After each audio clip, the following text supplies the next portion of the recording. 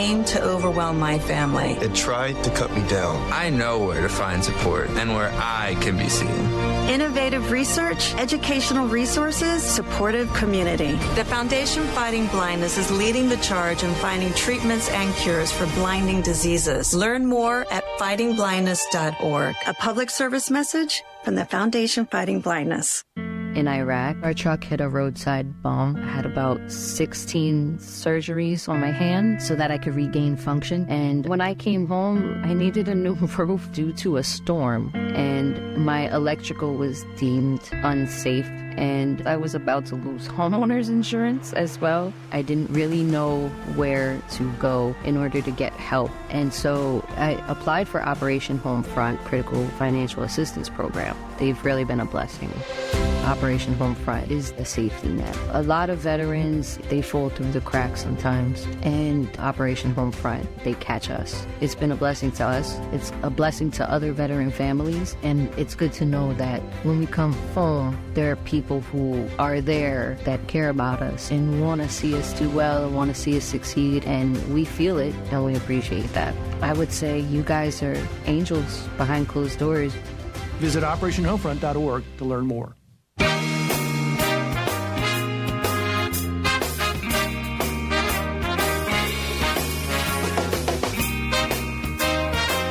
Coming to you from the studios of AM 950 KTNF and WCPT 820, Chicago's Progressive Talk. Welcome back to The Gailey Show. I'm John Parker. It is 33 minutes after the hour, in studio with my executive producer, Jim Pounds, also live streaming on our YouTube channel. If you like what you're seeing, click subscribe, click that like button, and leave us a comment.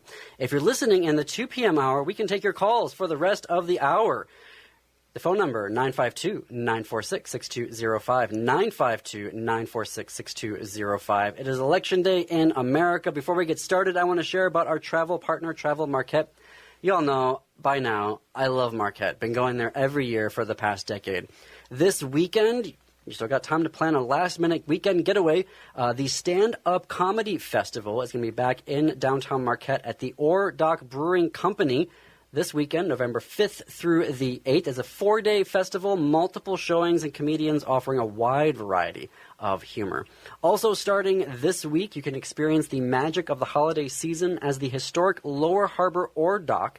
This is a huge dock where the ships used to come in and get ore and coal. It is out there in the harbor, lights up with magical laser displays every Thursday through Saturday from 6 to 8 p.m. on the north side of the dock. It's designed by the Fresh Coast Light Lab. It's free, family-friendly laser and light show. Changes every weekend with holiday themes. So you've got your winter themes, you've got your Christmas themes, you've even got a Marquette-inspired abstract display. Obviously, you'll be downtown, so you're right next to the excellent restaurants and breweries. You can do some holiday shopping. If you DM me on Blue Sky, I'll give you all sorts of advice of where to go when you're there. If this sounds like something you would like to do, visit travelmarquette.com. That's travelmarquette.com to start your journey. All right, Election Day in America. Folks who are voting in Minneapolis, your polls are open until 8 p.m. If you are in line and it's 8:05, as long as you are in line, you still get to vote. So do not leave that line. If you get there and you're like, oh, it's 7:55, the line looks long, I'm not going to be able to get to vote. Wrong. You can vote. Get in that line. Stay to vote. There are elections happening in Minneapolis, obviously, for mayor there, the entire city council. If you need to know what is on your ballot, you can go to vote.minneapolismn.gov. Jim, can you find me the information on St. Paul? Sure. I seem to have closed that tab. Oops. I want to verify, though, that in St. Paul, also they are having an election today, City of St. Paul, and the elections, I believe the times are the same, that they close at 8 p.m. as well. They would be the same times, I know that. Right. Because it's done by the state, yeah. Or by the county, by the cities and the counties, yeah. So while Jim is looking that up, we are seeing a lot of voter turnout is big in New York right now. Turnout is strong compared to previous mayoral elections. So we are obviously very closely watching that race. It is probably the marquee race of today because New York doesn't use ranked choice voting for their mayor's race, the general election, so we should know tonight the winner of that race. I mean, the early voting, when that started that first weekend, big numbers, bigger than the entire early vote from the previous election 4 years ago. There is a mayoral election in St. Paul today, a school referendum, an administrative citation measure, so there's several things in St. Paul. And I'm sure in the burbs as well. Yes. I know St. Anthony has one where we live, for example. Yeah. Yes, we do. All right, and so with Minneapolis, they use ranked choice voting in Minneapolis. So voters, you can rank up to 3 candidates for mayor. The way it shakes out, we may not know who the winner is tonight. I think there's a very tight race between incumbent Mayor Jacob Frey and the Minnesota State Senator Omar Fateh. But we have very strong campaigns from Reverend Dr. Dwayne Davis and Jazz Hampton. And so with ranked choice voting, it really depends on how folks are ranking people in terms of that 1, 2, 3. So who's your preferred candidate, your second preferred candidate, and your third preferred candidate. Yesterday on the show, for the first time ever, the Gailey Show made endorsements in that race. We categorized those endorsements as it was Jim and I that looked at each candidate, and if we both agreed that a voter should rank them, it was a recommendation to rank. If it was a split decision between Jim and I, one of us said yes, one of us said no, then it was a split vote. And then if neither of us agreed, then we say no recommendation to rank that candidate. And we agreed that voters should rank Reverend Dr. Dwayne Davis and Minnesota State Senator Omar Fateh. We had split decisions on incumbent Mayor Jacob Frey and Jazz Hampton. So we encourage you to get out to the polls. You can look at our interviews with all of the candidates that we had. We had 5 candidates join us. Reverend Dr. Dwayne Davis, Jazz Hampton, Minnesota State Senator Omar Fateh, Brenda Short, and Alejandro Richardson. You can check those out on our YouTube channel. We've got them all there ready for you to watch in a special 2025 Mayor's Race playlist available there for you. For whatever reason, I'm more interested a little bit in California and New Jersey and Pennsylvania and Virginia, because I think there's a situation in Virginia where the Attorney General's race is closer than it should be. They have a Republican Attorney General, and the Democratic opponent had said some rather awful things in tweets 3 years ago that he's apologized for, and now the race is, I thought he was going to knock this Republican Attorney General off. I still hope he does, but, be careful with your tweets, people, and then don't turn around and run for office. Mm-hmm. So anyway, but I think those races for governor in Virginia and in New Jersey are going to go our way. I think the race in Pennsylvania is going to go our way. And well, you're just kind of going through them. So I recommend, we had a whole thing about this last week. You can watch Election Night like a pro through Bolt's magazine. They have all 180 races very clearly and neatly set up for you on their website. You can go to boltsmag.org. That's what I'm going to be using tonight. It's what I've been using for the past week. And if you don't want to know about the housing races, you can just skip right by those. It's very cleanly set up there, and it tells you in brief little paragraphs of what the race is about and the importance of it. So, Jim, I know a race that we've been following you particularly has been the Pennsylvania Supreme Court race. Interestingly, and I'm like, oh, okay, this is an interesting way of doing it in Pennsylvania. So what's on the ballot today, if I understand correctly, is that there are 3 Supreme Court justices on the Pennsylvania Supreme Court where the voters are asking, do you want to see an election there or not? Like, do you want to retain them or not? So if voters say, yes, I want to retain Justice A, B, and C, then there is no election. But if voters today say, well, actually, I don't want to retain these folks, then there would be an election next year for all 3 of them. So it's sort of the Republicans have been putting a lot of money and effort to try to get voters to say, do not retain the current Supreme Court justices on the court, because they think that they can, if they get a friendly court, then that can come into play in 2028 if they've got a MAGA-friendly court and they want to challenge the results of the election there. And they will.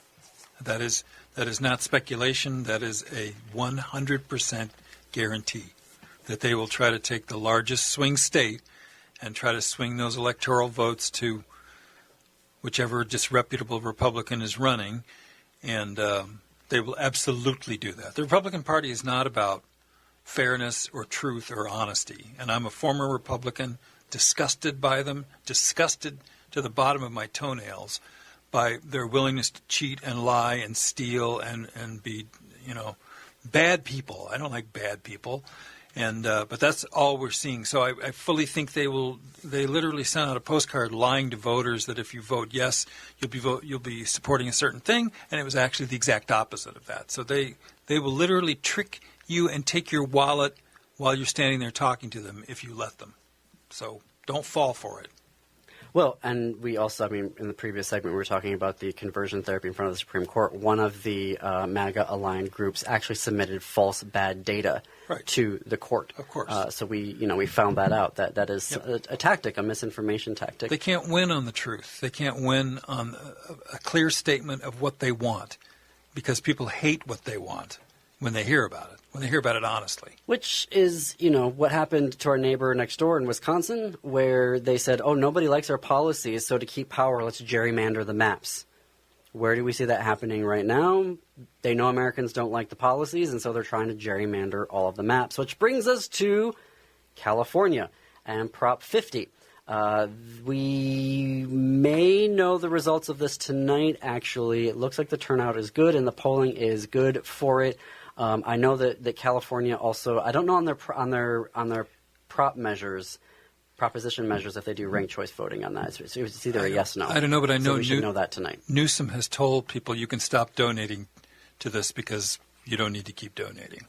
Do you know what I'm saying? He said that yesterday. So I don't. Were people still donating yesterday? Where's that money going to go? I have questions, Governor Newsom. Television, last minute. Yeah. Mm-hmm. But anyway, I think that one's pretty safe. And this whole gerrymandering thing that they're trying to do is not going to gain them nearly enough seats in a traditional off election, especially with a horrible incumbent in place. They're expected to lose a lot of seats, and this is not going to do it. This is not going to change it. Well, the understanding is that if Prop 50 goes through in California, that they could redo their maps to gain 5 seats for the Democratic Party, which would immediately offset the Texas new maps, which are 5 seats for the Republicans. So it kind of creates a wash in between there. Interestingly, if we want to talk about legislative, you were talking about state races, Virginia is looking as well into gerrymandering their maps towards the Democrats, and the Virginia House has currently is overall controlled by the Democratic Party, 51-49. Typically, they vote like this, governor and the legislature, the year after a new president comes in, and typically it's been a bellwether where the opposite party of the president takes over control of the Virginia House. But right now, in the Virginia House, they have it. Democrats have it by 51-49. Will they retain that? Will they grow that? I guess we'll have to see tonight, but I think that we will probably know what will happen there tonight. Minnesota Senate has a election happening today as well. The Democratic Party, or the Democratic Farmer Labor Party, the DFL as it's known here in Minnesota, has a 35-34 majority. The death of a Republican senator and the resignation of a Democratic senator left it 34-33, still with Democrats having a 1-vote advantage.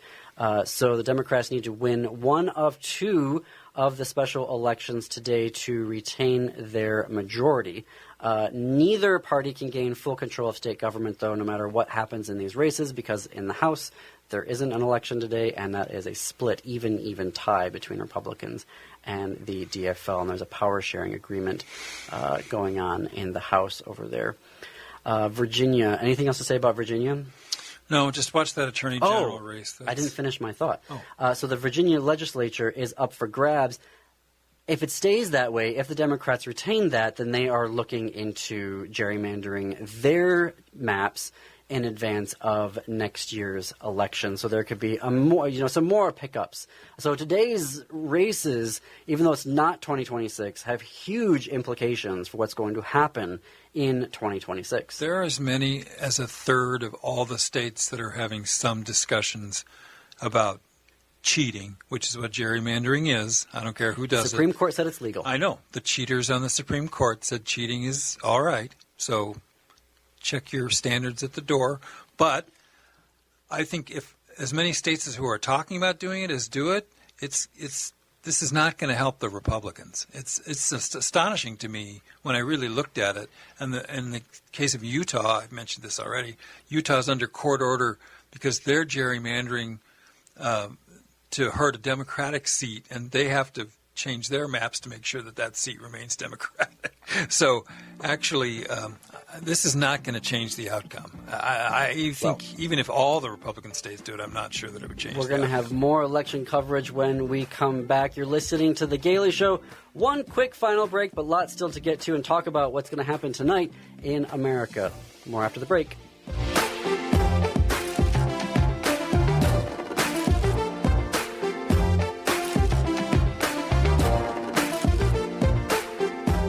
Dive deeper into the heart of the news and stories at WCPT 820 and across the Midwest by checking out our website, heartlandsignal.com. It's the coverage I can count on every time. For the latest news updates, in-depth analysis, compelling stories, comprehensive election coverage, live streams, and thought-provoking opinions, head to heartlandsignal.com. When I need to know, they're there. They keep me informed and updated wherever I am. Stay informed with WCPT 820, your go-to source for where facts matter. You need parts? O'Reilly has parts. Get one free set of brake pads when you buy 2 brake rotors. Upgrade to Brake Best Select pads for just $10. Or upgrade to Brake Best Select Pro or Import Direct pads for just $20. Product availability. Just one part that makes O'Reilly stand apart. Restrictions apply. See store for details. O'Reilly Auto Parts. Talking to your kids about the dangers of vaping can be hard. Getting them to listen to hot gossip is easy. So here's some drama you could share with your kid. Dude, did you hear about Cassie and Jake? No, but did you hear that vaping can cause irreversible lung damage and nicotine affects brain development? Nuh-uh. You don't need to gossip if you want to have an open conversation about vaping. So if you want to get tips on when and how to talk to your kids, visit talkaboutvaping.org. Brought to you by the American Lung Association and the Ad Council. The impact of a meal goes well beyond feeding our bodies, because feeling full can sound like this. How did the interview go? I did it! I got the job! I can't believe it! And like this. Mom, I got first place at the science fair with my volcano project. That's amazing, sweetie. Congratulations. Because when people are fed, futures are nourished, and everyone deserves to live a full life. Join the movement to end hunger at feedingamerica.org/actnow. Brought to you by Feeding America and the Ad Council. Tell me how you're doing. Really. Tell me that you missed the bus this morning, your rent's past due, and your stress level has skyrocketed. I'm here for you. To listen, not judge. To connect you to local mental health resources. No matter what you're going through, specialists like me from NAMI Chicago Helpline are here for you. Call or text Helpline to 833-626-4244. That's 833-626-4244. For the longest time, it was hard for me to even get out of the house, much less do a backside 180. It took me a bit to understand what was going on, but eventually I learned I had anxiety. Now I'm getting help for it and feeling so much better. Sure, some days are better than others, but the whole thing about getting out of the house, that's not really an issue anymore. Mental health care is working. See what it can do for you at mentalhealthcareworks.org. A message from the American Psychiatric Association Foundation. Hey Google, play WCPT. Streaming Chicago's progressive talk from TuneIn.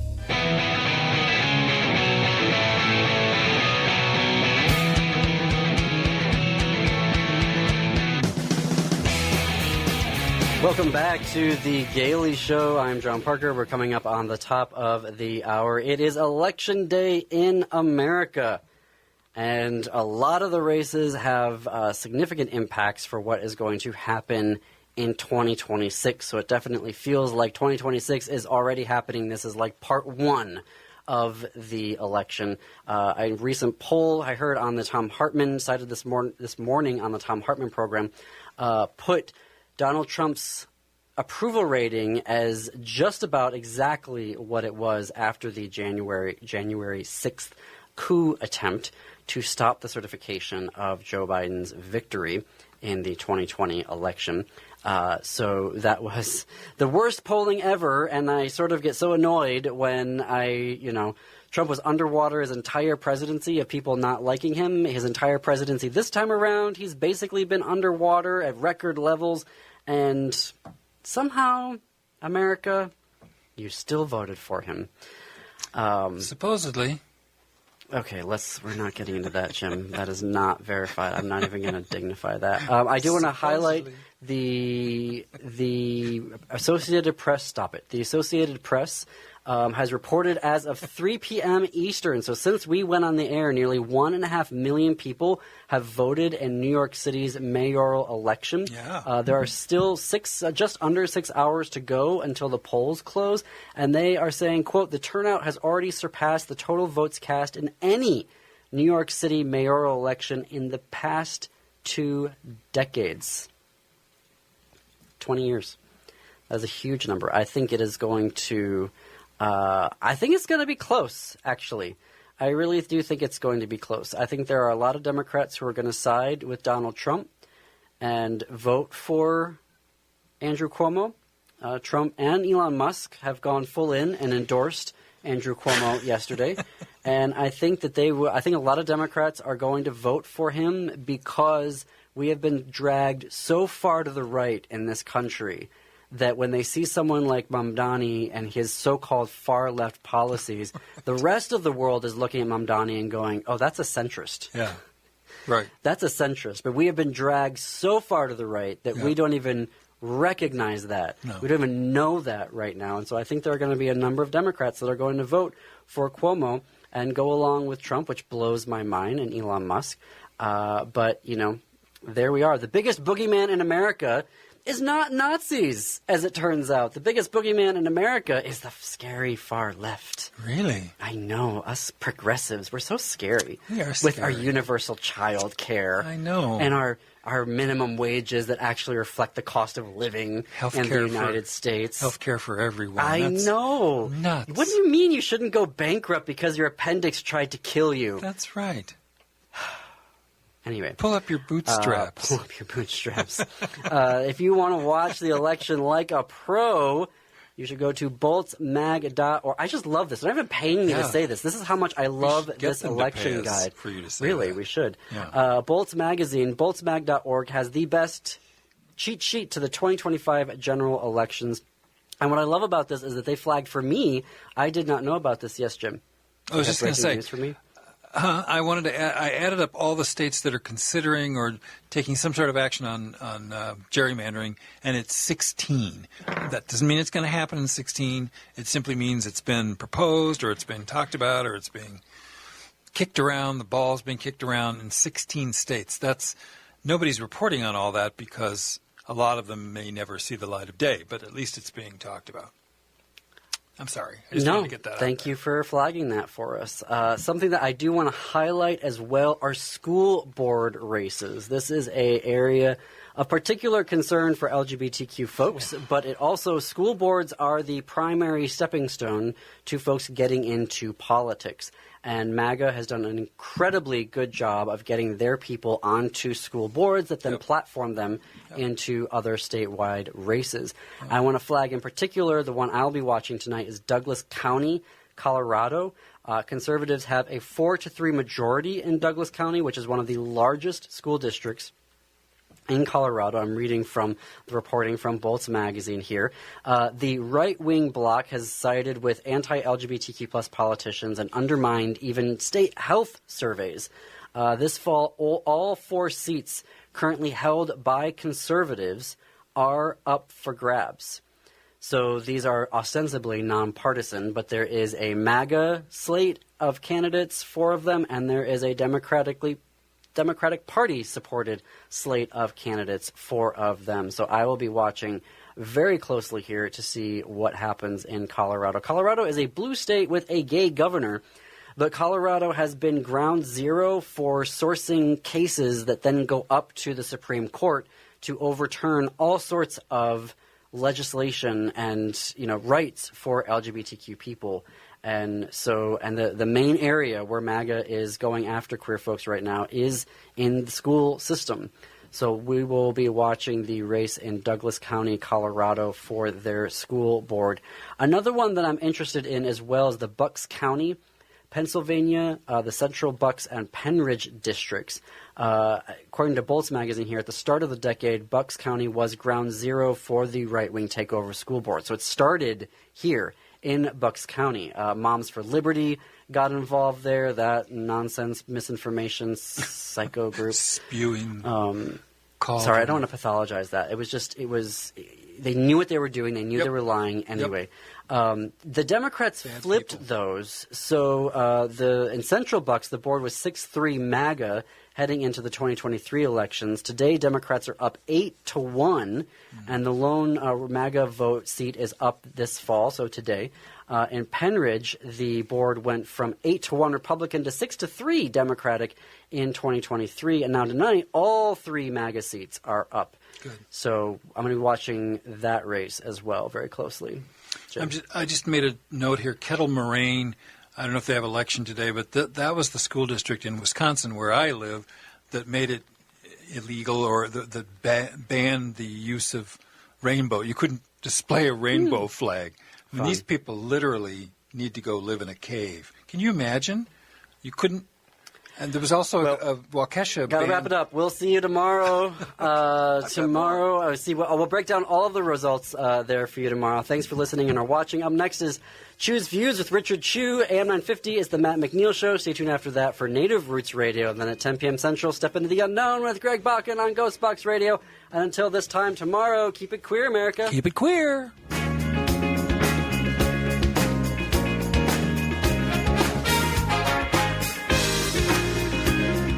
This is WCPT telling you how you can shop blue. Thomas Edison invented the first light bulb, but however, did you guys know that Lewis Howard Latimer, a black man, improved upon it? That's right. Latimer's light bulb was made to last longer than Edison's. Latimer later sold that light bulb to the U.S. Electric Company in 1881, making light bulbs more accessible and affordable to the community. Here are some light bulb companies that support the Democratic Party. Philips Light Bulbs. Philips supports the Democratic Party very highly. In 2024, Philips donated over $400,000 to Democratic candidates in 2024. GE, General Electric. GE roughly is about 50-50 split with candidates they donate to. In 2024, 54% of GE's donations went to the Democratic Party, including $159,000 to Vice President Kamala Harris's presidential campaign. Hey, guys, want to hear a joke? How many Republicans does it take to change a light bulb? None. Donald Trump just says it's fixed and they all sit in the dark and applaud. This has been WCPT telling you how you can shop blue. When facts matter, you turn to WCPT 820, Chicago's progressive talk. A fair balance where the facts come out. Real news, real talk. AP News, I'm Marcela Sanchez. In New York City, Democratic Socialist Zoran Mamdani has been elected mayor. New York, tonight you have delivered a mandate for change. The 34-year-old assembly member defeated former Governor Andrew Cuomo and Republican Curtis Sliwa. New Jersey and Virginia were the only states electing governors this year. In New Jersey, Democratic Mikey Sherrill was elected governor over Republican Jack Ciattarelli, who was endorsed by President Trump. And in Virginia, Democrat Abigail Spanberger defeated Republican Winsome Earl Sears. The AP's Sagar Magadi has more. Virginia now has its first female governor-elect. Former U.S. Representative Abigail Spanberger has won the race, defeating the Republican, the incumbent Lieutenant Governor Winsome Earl Sears, who was looking to make history of her own. She would have been the first female black governor anywhere in America. Spanberger has a very interesting background. She's a former CIA case officer who served undercover overseas, became a businesswoman, and then ran for and won a House seat. That was part of the wave that allowed Democrats to take House control in 2018. They are looking to replicate what she helped lead then. She is more of a centrist Democrat. She is not of that progressive wing that Democrats have been paying a lot of attention to lately. And some Democrats are hoping that can kind of set a pattern for them to retake the House next year. As for Winsome Earl Sears, she never got Donald Trump's backing. He did not endorse her. He did not even say her name during a tele-rally last night for that race. Meanwhile, in California, voters approved a redistricting plan that could give Democrats up to 5 more House seats in the 2026 midterms. This is AP News.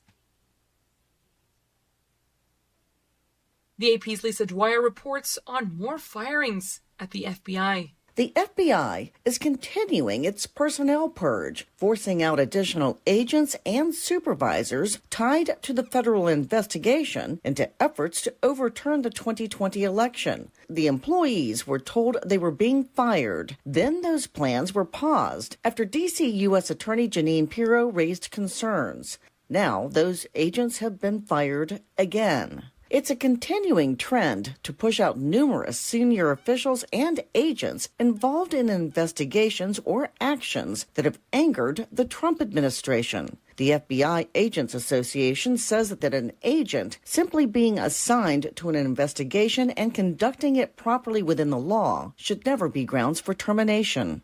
I'm Lisa Dwyer. More information at apnews.com. I'm Marcela Sanchez, AP News. This is 820 AM, WCPT Willow Springs, and streaming worldwide at WCPT820.com.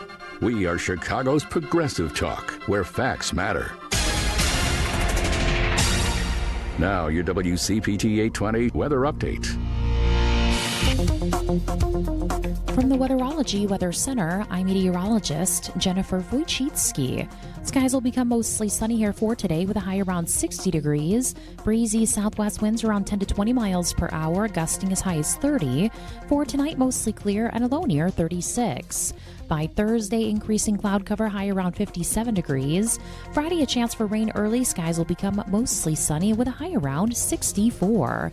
That's your latest Chicago weather update. Currently, it's 54. Finding great candidates to hire can be like, well, trying to find a needle in a haystack, but not with ZipRecruiter. Its powerful technology actively finds and invites qualified candidates to apply to your job. So while other companies might deliver a lot of hay, ZipRecruiter finds you the needle in the haystack. See why 4 out of 5 employers who post a job on ZipRecruiter get a quality candidate within the first day. Try ZipRecruiter for free at ZipRecruiter.com/free. That's ZipRecruiter.com/free. WCPT 820, Chicago's progressive talk, where facts matter.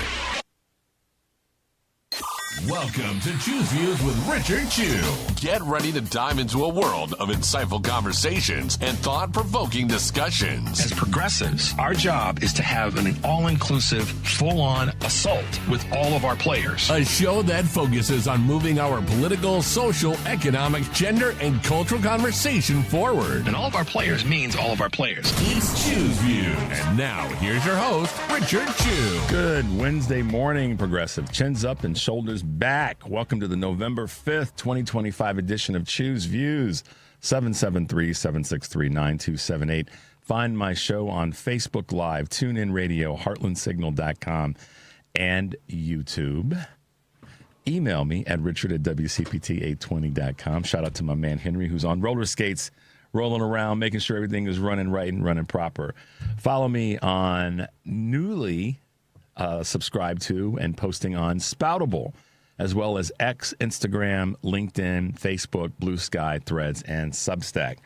So yes, there we're. And one of the things I'll let everybody know, if you missed the show, if you missed the previous day's show, I'm now reposting that show on those outlets, just so you have that available to you in addition to going to heartlandsignal.com. You can catch all of our shows by subscribing to our WCPT podcast on Apple Podcasts, Spotify, and iHeartRadio. There you can get, most definitely, Choose Views, featured interviews, Joan Esposito, live, local, and progressive, Patty Vasquez, Driving You Home, The Big Picture with Edwin Eisendrath, Out Chicago, and our other shows and interviews by making your way, as we say every day, over to heartlandsignal.com. Great interviews, articles, and posts that are there today. Everything from folks going after Derek Van Orden up in Wisconsin, our neighboring state. Minnesota House Speaker Lisa DeMuth is launching a Republican bid for governor. I think she's going to have a tough fight up there. There's some really strong Democratic candidates. One of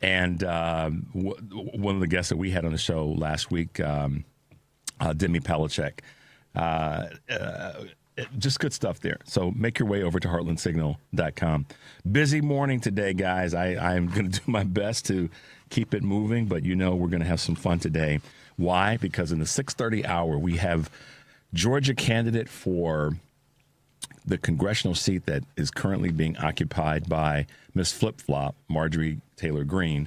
We're going to have Shawn Harris with us this morning, and I'm excited to have him with us. I know he's going to have a lot to say. Kurt Mullett from Hoosier Blue 63 will be with us in the 7 o'clock hour.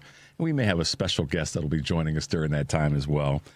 And then Amy McGrath, who's running for Senate seat in Kentucky to replace that seat that Mitch McConnell should have left years ago. But all three will be with us this morning. Looking forward to Shawn, looking forward to Kurt, and looking forward to Amy being with us this morning. Our ideas are better. Our successes are better. So check this out, progressives. A little bit about your future, the future of the Democratic Party. You have been very clear that, yes, you are considering a potential run for president in 2028. I think it's fair to say that anyone who decides to run in 2028, including former President Biden's surrogates, are going to have to answer questions about what they did and what they said in 2024 around President Biden's presidency. You stood by him till the end after that disastrous debate performance, even when top Democrats were calling for him to step down. Did you ever have concerns, Governor, about his capacity to serve another 4 years? No, I never had that direct. I just talked to the president a few hours ago. I've been privileged to have a relationship with the president. I spent almost 2 hours with him in December, right before, during the transition in the Oval Office. And my experience, his expression, gave me no pause, no doubt. Let me finish. I was proud to stand there, proud to make the case for 15.4 million jobs, proud to make the case for the CHIPS and Science Act, the industrial policy that was worker-centered, proud to make the case for an infrastructure package that actually delivered a real bill and is delivering real jobs all across this country. Proud to stand tall as he was a counter-prevailing point to President Xi and what they're doing in low-carbon green growth and how they're going to dominate the future as it relates to green energy. And he was a counter-prevailing point. I was proud of the fact that he supported 400 bipartisan bills. It did more for vets and has started to address the issue of gun violence. I was proud of that legislative package of accomplishment. That was, of course, California Governor Gavin Newsom talking with Kristen Welker on NBC. And she tried to push it one way, and he brought it back. He made it clear. And I love when she tried to interrupt him. I watched the interview. He said, let me finish. So Democrats, let that be part of your, put that in your repertoire. You can't necessarily use Kamala Harris as I'm talking, I'm still talking. But you can use let me finish. And shut them down. If last night said anything, it's about us taking control of the dialogue again. It's about it. I've been saying this for months now. We get to take back the dialogue as much as take back the seats of elected office. And it starts with all of us, including myself, shutting people down when they start with this garbage. And I'm going to do my best to do a better job of that. When it crosses my path. But Gavin Newsom was spot on. And then he laundry listed, my phrase, the things that President Biden did accomplish. And it doesn't get noted often enough. That is what it is. But the fact that he said, let me finish, that's what we all have to do. That's why I try to provide you guys with as much artillery for the weekends so that you can let people know in your life, let me finish. I got something to say. So good on him for that, and good for being proud to stand tall with President Biden with the accomplishments that he had. And we don't need to revisit all the things about when and how and whatnot. If leaving earlier, we get all that. We get all that. We totally get all that. But see, the reason I say that the let me finish part caught my eye, caught my ear, is this is what I want to talk about this segment before we get to our guest. And we'll hit on this real quickly. And then after the break, we'll come back and talk about the wins. I don't want Democrats to sit back, lean back, feel like, okay, we can't talk about this. We can't be, we know we haven't won everything. But what we've been saying, Henry, since January's inauguration, we've been saying it's going to be incremental. I've been saying it's going to be incremental. We take every win we can take, and it's not one voice. It's many voices. It's got to be that way this time, because when we truly have people winning in elections with many voices and small, listen, Amanda Weinstein won in Hudson County. We had her on the show 2 weeks ago. She won her election. That's a big A deal, y'all. So the reason that I'm saying we have to be willing to embrace this moment and say we won is because if we don't, I promise you, Republicans in the media and every other spot that they can are going to try to fill the void with all the nastiness. Megyn Kelly, John McCain's daughter, immediately nastily, little mean girls, went after Democratic wins in Virginia. Just went after, they don't even, if you don't like, then move. Just move. But that's why I want Democrats to take the win, relish in it, speak loud to it. People worked hard to get these wins, so be proud about it. Don't be quiet. More people will come to the drumbeat that we beat if we beat it loudly enough. Okay? So again, Dems, and that means not just the elected officials, folks that want offices, but those of us as individuals. We need to take in the win, relish in it, speak loud to it. People worked hard to get these wins, so be proud of it. Don't be quiet. Please don't be quiet. More people will come to the drum beat if we keep beating the drum. And I'm telling you, that has got to be part of our individual strategy, is to make sure we keep beating the drum and keep beating the drum and turn up the volume. Because listen, when the beat is right, Henry, folks get up and they move, don't they? Absolutely. Right? When the beat is right, the crowd gets into it. Mm-hmm. And Henry can tell you this as a great musician, that when he's hitting that rhythm, the crowd feels it. Mm-hmm. And so right now, Democrats, all of us, progressive liberal Democrats across the country, need to remember that beat, that drum beat, that bass line. We have to embrace this. We can't sit back and go, okay, well, we can't get too excited. No, hell no. Get very excited. Let them know we're coming. There's a movie that to this day, just the idea of it gets me choked up sometimes, and that's the movie Remember the Titans with Denzel Washington. Let them know that we're here. Make some noise and let them know that we're here, and we're coming for their stuff, unapologetically. I'm telling every Democrat across the country that's what last night was the genesis of. We're coming we're coming to take back democracy in every corner of the country that we can. And last night was a start of that. And ironically, it's the anniversary of President Obama's first election win in 2008, to the date, November 4th. And Dick Cheney died. So if you all want to put some spirituality into it, however you want to look at it, we can draw from that all day long. Let's take a break, guys. The number is 773-763-9278. You're listening to Choose Views on WCPT AM 820 in Chicago and WARR 1520 and 103.5 FM from Warren County, North Carolina. I'm Richard Chu. We'll be right back.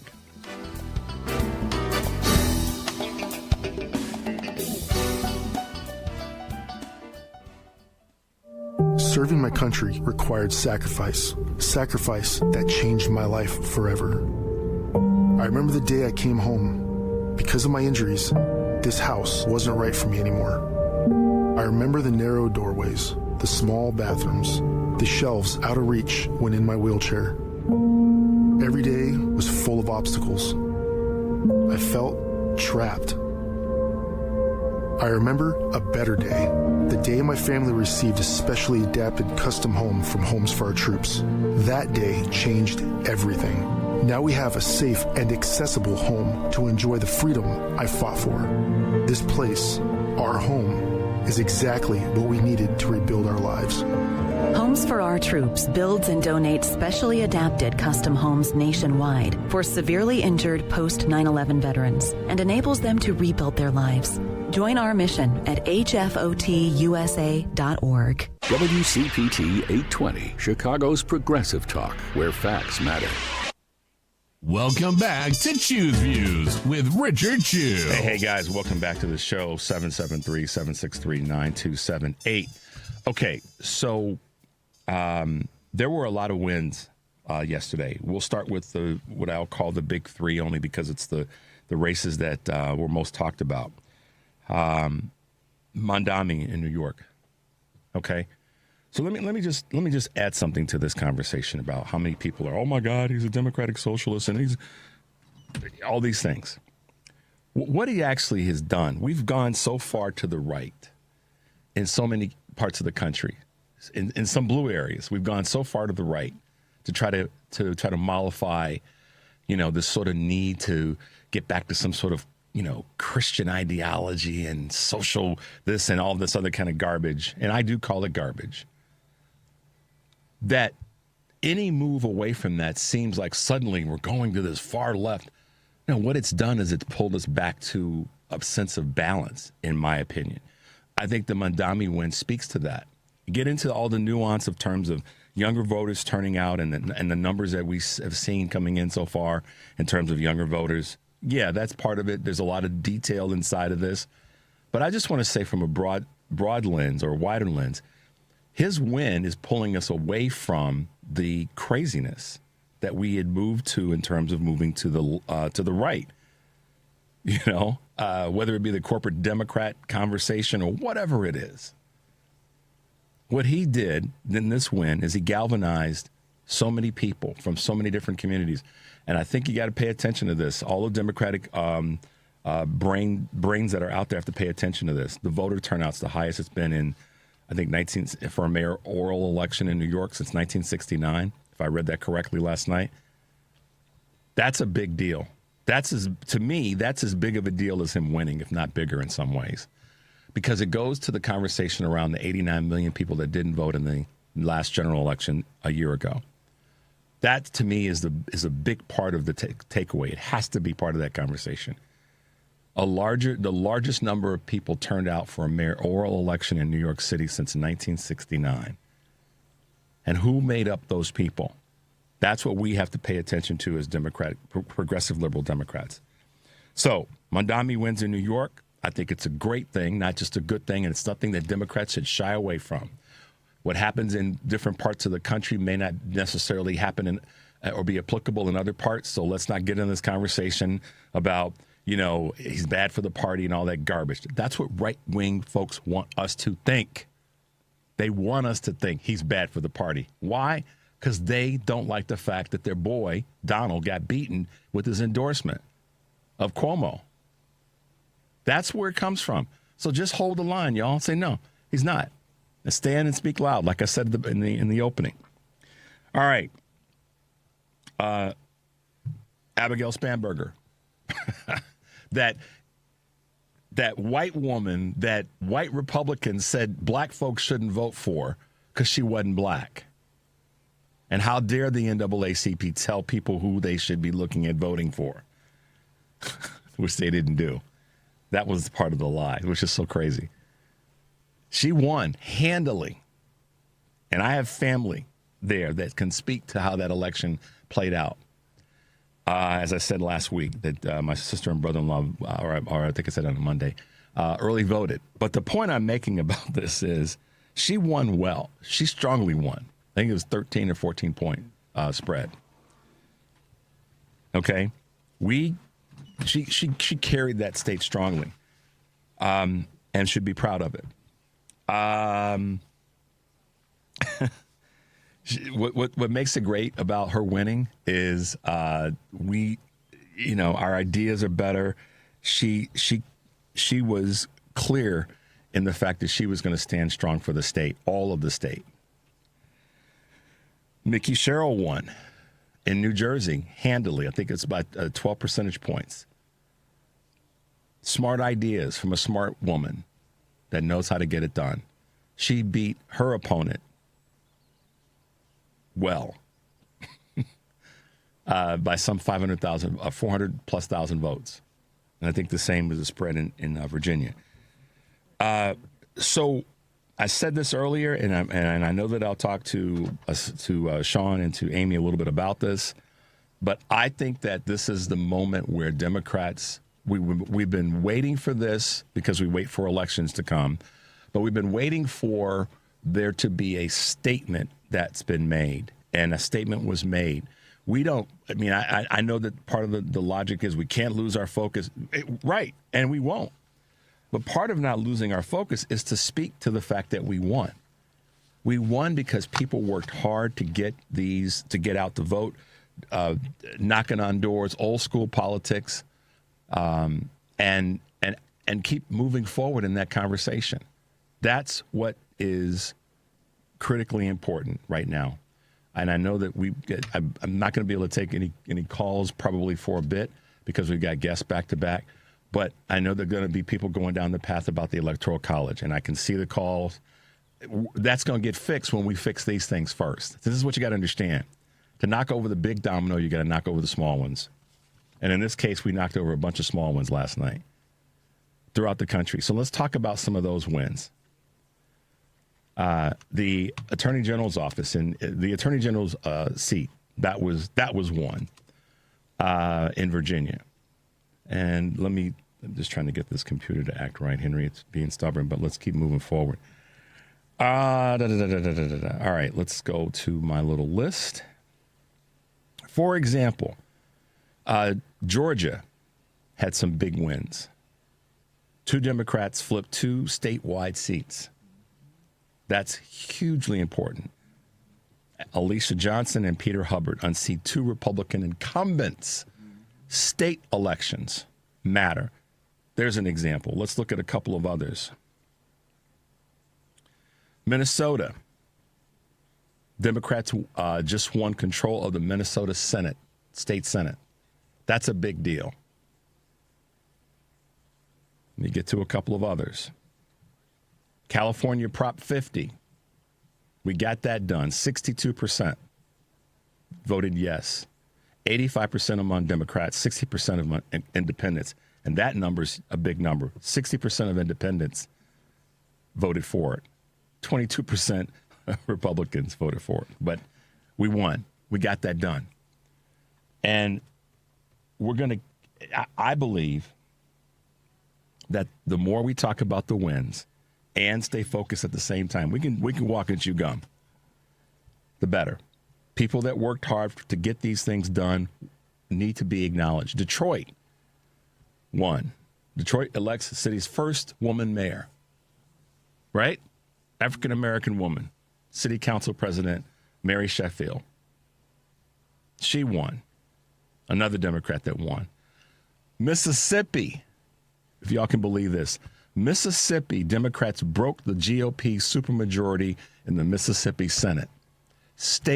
I've been saying this for well over a year on this show, coming up on 2 years in February.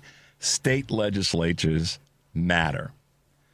Democrats just broke the GOP supermajority in the Mississippi Senate. So when you hear the little squeaky wheel Republicans and some weak A Democrats that just want to sit and whine and the B word and moan, Tell them about what he did in Mississippi. Tell them about democratic organizing and coming together to make things happen. Remind them of that. Remember the Titans. Let them know you were here. Make the noise, the drum beat, the opening bass line. That's what we have to talk about. I'm not talking about the Republican garbage that they want to throw out right now because they got trounced last night. It's not the national election. It's not the midterms, and it shouldn't be. We've been saying this for the longest time. We need to focus on these incremental wins. And last night, we whooped their behinds. And I'm not going to apologize for speaking to that. And I'm not going to get derailed to talk about, well, we need to do this. Well, the people that are saying we need to do this need to do that work themselves. How about that? You know, how about that, Henry? Get in the game. Seriously, get in the game. If all you do is keyboard warrior, and I'm talking to us now, if all we do is keyboard warrior and you're not rolling up your sleeves and going to a local election office or going to a Democratic office and saying, how can I help? If you're not doing that kind of stuff, then you just need to sit your behind down. We don't need that. I mean, listen, I would rather, from sports, I'll use this analogy. Momentum's important. We have a little bit of momentum right now. We need to keep with that momentum. Why in the hell, Henry, am I going to put somebody in the game that's squeaking and whining and running their mouth and break the momentum, right? So right now, we as progressive liberal Democrats need to recognize that we have momentum and keep going with that momentum. That's why I said, and will continue to say, we need to beat this drum and hit that opening bass beat right now. Because that's what people who are fighting have been asking for, is for us to get these wins and keep the momentum going. So let's not get stupid, Democrats. Please, y'all, let's not get stupid. And let's not sit back and go, well, you know, we got to be careful. Yeah, we know that. We know that already. I'm sure our guests today are going to have something to say about that. I know that Kurt will. I can't wait to talk to Kurt. And I know our guest, Shawn Harris, who'll be with us after we come back from this break. We'll have a few things about it. Obviously, it's Candidates Week, and we got some folks elected throughout the country last night, and I'm absolutely proud of what we've done collectively as progressive liberal Democrats. Let's take a quick break. The number is 773-763-9278. You're listening to Choose Views on WCPT, AM 820 in Chicago, and WARR from Warren County, North Carolina. I'm Richard Chu. We'll be right back.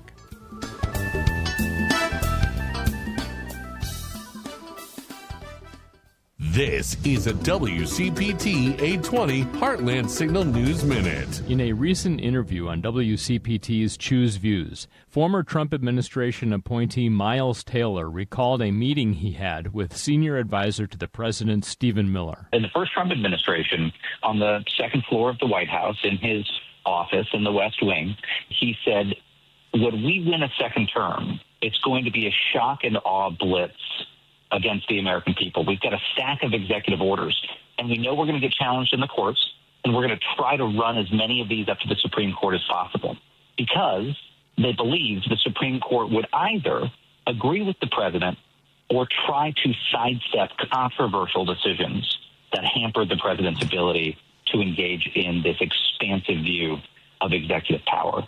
And so far, I think we've seen that from the court. For WCPT 820 and Heartland Signal, I'm Andy Miles.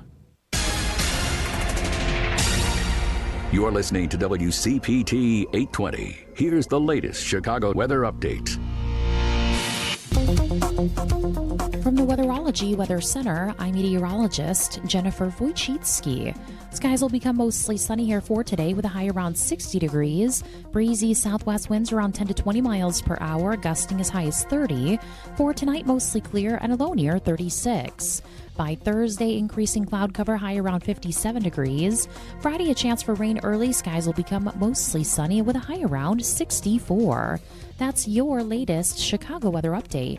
Currently, it's 54. This is WCPT 820, where facts matter. Welcome back to Choose Views with Richard Chu. Hey, guys, welcome back to the show. Yeah, people, here's some breaking news. Bloomberg just went deep into Marjorie Taylor Greene's district to find out why she's turning on Trump. The answer? because her voters are turning against Trump too? Maybe.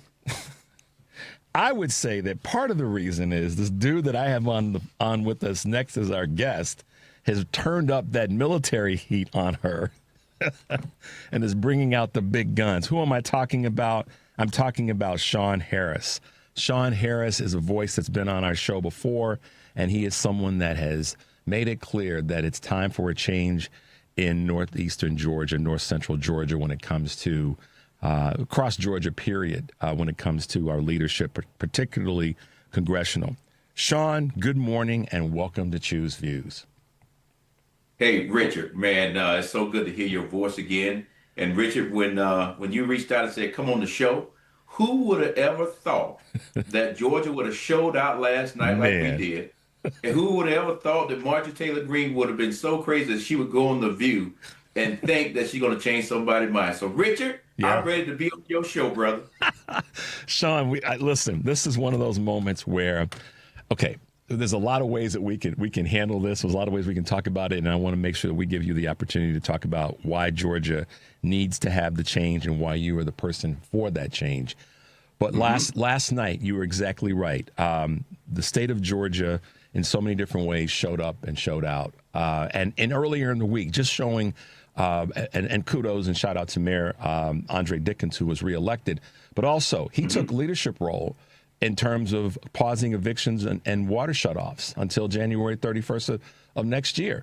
And so that's the kind of leadership that we get when we have people that care about the citizens that elected them and the ones that didn't vote for them.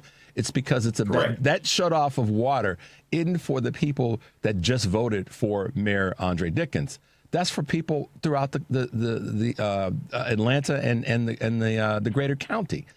So that's what we do, and that's why I'm so excited to have you on. If you can't hear it in my voice on the show this morning, because I know that that's what you're going to bring to the state of Georgia, and by you winning this seat, and we're going to get behind you and stay behind you to do our best to help you get that across the finish line. That's going to be a change that needs to take place for the country. Talk about why you're running again. You know, before I even jump into that, let me just say one of the things that I've been saying since the time I actually got back in the race. Before we could win November 2026, we got to win in November 2025. So everybody in Georgia was laser focused saying, hey, I understand that I'm running against Marjorie Taylor Greene in my elections 2026, but I got to get out and knock on doors for all these local candidates and also for Peter and Dr. Johnson. So that's what we did across the entire state. And you saw last night the people turned out and we won not only at the state level, but some of you may not know, but we actually here in the 14th, we won all across the local level.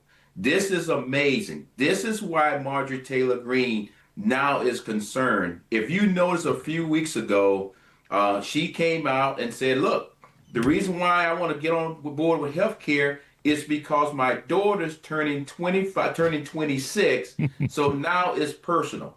Let me tell you something, Richard. 74,000 people in our district have been screaming saying health care is too damn high, and she did nothing about it. All of a sudden, when her daughter can't pay the bills, now it's personal, and now she wants to do something about health care. Let me just close it this way.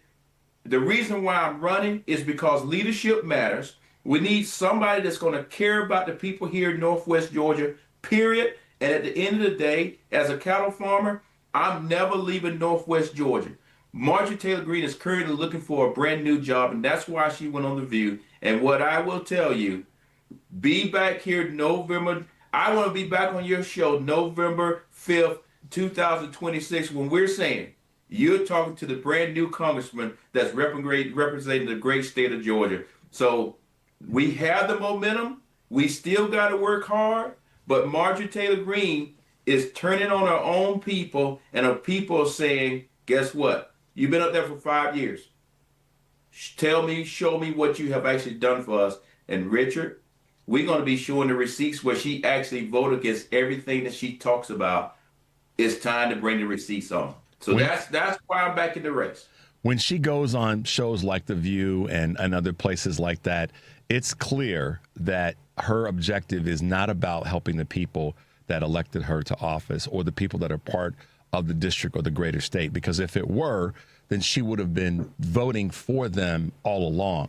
And so since she knows the threat that she's under as an elected official in that office, now, I mean, and it's obvious. And so my little bit of suggestion in terms of politicking is just keep beating that drum that she has not done a doggone thing, brought home the quote unquote bacon for the folks in that district and the greater state. Because I believe in the domino effect. I believe in the dotted line. My wife has taught me that over the years about the importance of the dotted line. The dotted line is connecting you to others. And that is what, by her not bringing the goods to the state, to the district, she's by default not brought them to the state, because not everybody lives and works in the same, lives in the district that they work in or works in the district that they live in. So that's that on a broader sense. That's a drumbeat that you guys get to just, you know this phrase because you being from the South, my mother used to say, don't give your opponent the stick to hit you with. Well, she's given you many, many sticks to hit her back with. And I don't mean that literally, but and I'm excited to see you taking the lead and back in the race. That's great to see. Well, Richard, I tell you, you're exactly right. You know, one of the things that we're saying today, because we had to get through last night, and because we got through last night, now it's time to build that Shawn Harris army that now it's time for us to focus on knocking on doors, getting people registered to vote, getting more people out, being able to say to people, as you can see, if you come out and vote and put your voice out there, you can change things. That's what we're doing today, because November 26th is coming. Marjorie Taylor Greene is running. I'm not sure if you've been tracking. I've been back in the race now 2 quarters. Both of those quarters, and this is inside politics, but both of those quarters I actually have outraised to Marjorie Taylor Greene. One of the things that I say to my team, and I say when I'm on the line, out there campaigning, win the day, win the week, win the month, win the year, and you will win the election. So every day we get up, we're about winning, and we're not like Marjorie Taylor Greene. If you noticed her yesterday on The View, she spent all her time pointing her fingers at somebody else. Mm-hmm. One thing I learned in the military is when you point your fingers at people, it's 3 more fingers that's pointing back at you. You need to ask yourself, what have you done? Yep. And guess what? Marjorie Taylor Greene's talking about health care. Where's her health care plan? Instead of talking about what the Republicans doing or not doing, show us your health care plan, and then we can go from there. The answer to that, she doesn't have one. And she's still in love with Donald Trump. And so at the end of the day, the hypocrisy is, so if you're going to cut somebody loose that's harming you personally, then cut them loose. Don't pity pat around with it. Completely denounce the dudes. Listen, I've said this before, that if Donald Trump had said during COVID, look, y'all, this is bad. This is really bad. We need to all of us need to step up as a country. He may have won the 2020 election because people would have seen that he was capable of making that pivot. Marjorie Taylor Greene is not capable of making the pivot right now of saying I was wrong completely about Donald Trump and the rest of the Republican Party. That would be the pivot she needs to make, but she's not going to do that.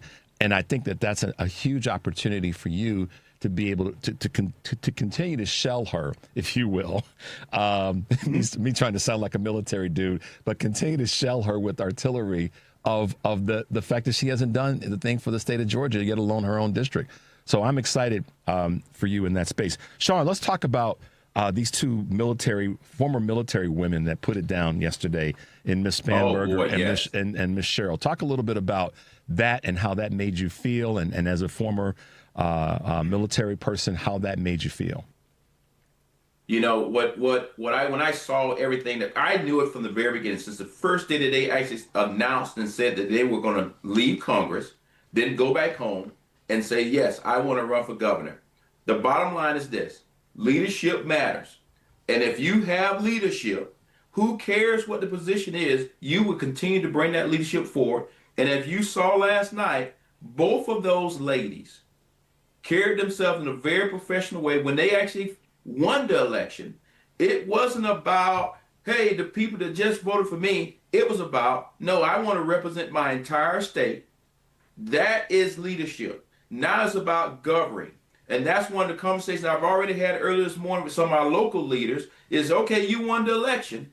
Now you got to get in there and actually govern and get some things done, or you'll be voted right back out. So with those two young ladies, they doing an awesome job. They have a great, great future in politics. I know they just started a brand new job, but it's not over yet. And more tested leaders are coming into politics, and I think that's great for our party. It totally is great for our party, and you know, you're not the chronological age of the new mayor of New York, but your voice is energetic. It's about getting things done. It's about governing. To your point, that's such a great way of putting this, Shawn. It's about governing. And so if you're 60, you can govern. If you're 34, you can govern. What matters is that the people who you're leading recognize that you're getting stuff done. And I'm so excited about, I said this earlier in the show, Shawn, that we right now as Democrats, I'm going to just read this to you again. Democrats take the win, relish in it, speak loud to it. People worked hard to get these wins, so be proud about it. Don't be quiet. More people will come to the beat of the drum of us working hard for future wins. I don't know how you feel about that, but that's how I look at this right now. Hey, that is spot on. People love being part of a winning team, and sometimes I think Deion Sanders actually does this the best. Does his team win every week? No, but they have a mentality on that. They got a culture on that team that they trying to win every day, and that's what we're doing here as Democrats in Georgia. I can only speak on Georgia because Georgia is one of those states that makes the difference. Yep. And at the end of the day, I am confident that in November 2026, we're going to be standing up there saying, we got our governor. We're going to be standing up there saying, we have changed, we done flipped Congress. We're going to be standing up there saying, on the local level across the state, we are in power now, but guess what? We're not going to abuse it. We're going to make sure that we're doing all the right things for the great people of Georgia, because right now, in our state, our farmers are hurting. Yeah. Our veterans are hurting across the board, and guess what? Marjorie Taylor Greene, nor any other Republican is even talking about it at all, as if it's nothing happening out there. And we got farmers that are actually going bankrupt. And Richard, in our district, that's about 30% of the people in our district that are farmers. And Richard, I'll tell you some inside baseball. Okay. When I get off your show, it's a cow being delivered to my farm. That's how country I am. Wait, okay. Shawn, you got to say that again for the folks that didn't catch it the first time. I said, Richard, when I jump off your show, I'm walking outside of my house, and a cow that I just bought last week from Tennessee is being delivered to the farm. So that's how I'm so embedded here in Northwest Georgia. Yep. I'm not the city guy. I'm the country guy. So I'm talking to you on this radio show, but as soon as I walk outside, it's going to be farmers on my farm delivering a cow, and from there we'll just be talking about normal, everyday stuff. Marjorie Taylor Greene will never do that. That's right. And that's the difference. You got to have somebody that care about the people, that the district that you represent. You're listening to Choose Views on WCPT AM 820 in Chicago and WARR 1520 AM and 103.5 FM from Warren County, North Carolina. I'm Richard Chu. We are talking to Shawn Harris for Congress, Shawn Harris of Georgia, running for that seat that Marjorie Taylor Greene has so unprofessionally occupied for the last number of years. And it's time for her to go. It's time to have to have leadership. Not even new leadership, just time to have leadership in that seat. And that's what Shawn represents. He recently, a few weeks ago, all endorsements are important, but we know the game. And when a named person, a known name endorses somebody, it just rings differently, because that's kind of how we roll as a society. And what I'm talking about, you guys, is Mary Trump endorsed Shawn Harris in his bid to defeat Marjorie Taylor Greene. And I think that's a big deal, because Mary's got a big voice, and she understands the inside game of this political time that we're in. Talk about how that made you feel, what your thoughts were, et cetera. I tell you, when we got the call, or I personally got the call from Mary saying that she wanted to support my campaign, that was just amazing. I will even say, when it originally came, I was like, why is Donald Trump calling me? And then I realized, but I just would say this: her type support helps bring others to the table, and it also says that it's okay to go against the grain of Donald Trump, and that's, since her gave me that endorsement, we have seen a bounce. I have actually had Republicans come and say, "Wow, Shawn, that's a little different." Mm-hmm. In that, and she's a progressive that she's gone after her uncle relentlessly. But 100%. But guess what? Go ahead. Sorry. But some of the people in the district don't really know that. They just know the last name and assume that the last name is just like the other name. Right. And that gives me an opportunity to explain it to them that no, it's something different happening here in Georgia now, especially Northwest Georgia. Yep. And I think that the good thing about that is it allows you to open people's eyes about what governing is really all about. And it's not just reaching across the aisle. It's opening your arms and embracing all the people that are part of the area that elected you, whether it be a congressional district, state legislature. And I want to talk about that again in terms of state legislatures. I've been saying this for a long time, Shawn, that we've got to get back to that sort of baseline winning. And we won a lot of state legislature. We flipped some state houses in Mississippi. I don't know if you saw this or not. Mississippi broke. I mean, come on, y'all. Shawn, Mississippi broke that stranglehold in the state Senate. That should let people know we are coming, y'all. Talk about that and how the importance of that. Those races there, in my opinion, when you turn on the news this morning, CNN, Fox News, ABC, whatever it is, that should be the lead story. Mm-hmm. Because you think about that. Mississippi? So that says that those guys down there have been working extremely hard. That was not easy. Nope. Now, how do you build on that, and how do you keep moving forward? And I'm so happy for the entire South. I'm so happy for what happened up in New York and up north. I'm so happy what I saw that happened out there in California. That's saying everybody's getting on the same page. Yeah. All our races are a little different, but the tent is big enough for all of us to be up under it. Because as you know, where I'm at here in Northwest Georgia, great people, but I am in a ruby red district. But at the end of the day, I will have Democrats, independents, and common sense Republicans that will vote for me, and they are coming to me in droves because guess what? At the end of the day, this election, and I think it'll be this way across the entire country, this election will come back down to economics, kitchen table issues, and then at the end of the day, right now, people like Marjorie Taylor Greene and others are not doing anything. And oh, by the way, as you know, SNAP is still not coming. Yeah. That's a tough pill, and the government is still shut down, and the Republicans control everything. So it comes back to leadership. If they want to make a difference, let's get this thing open back up. Let's make sure we're taking care of people. Let's get down health care, and we can move forward.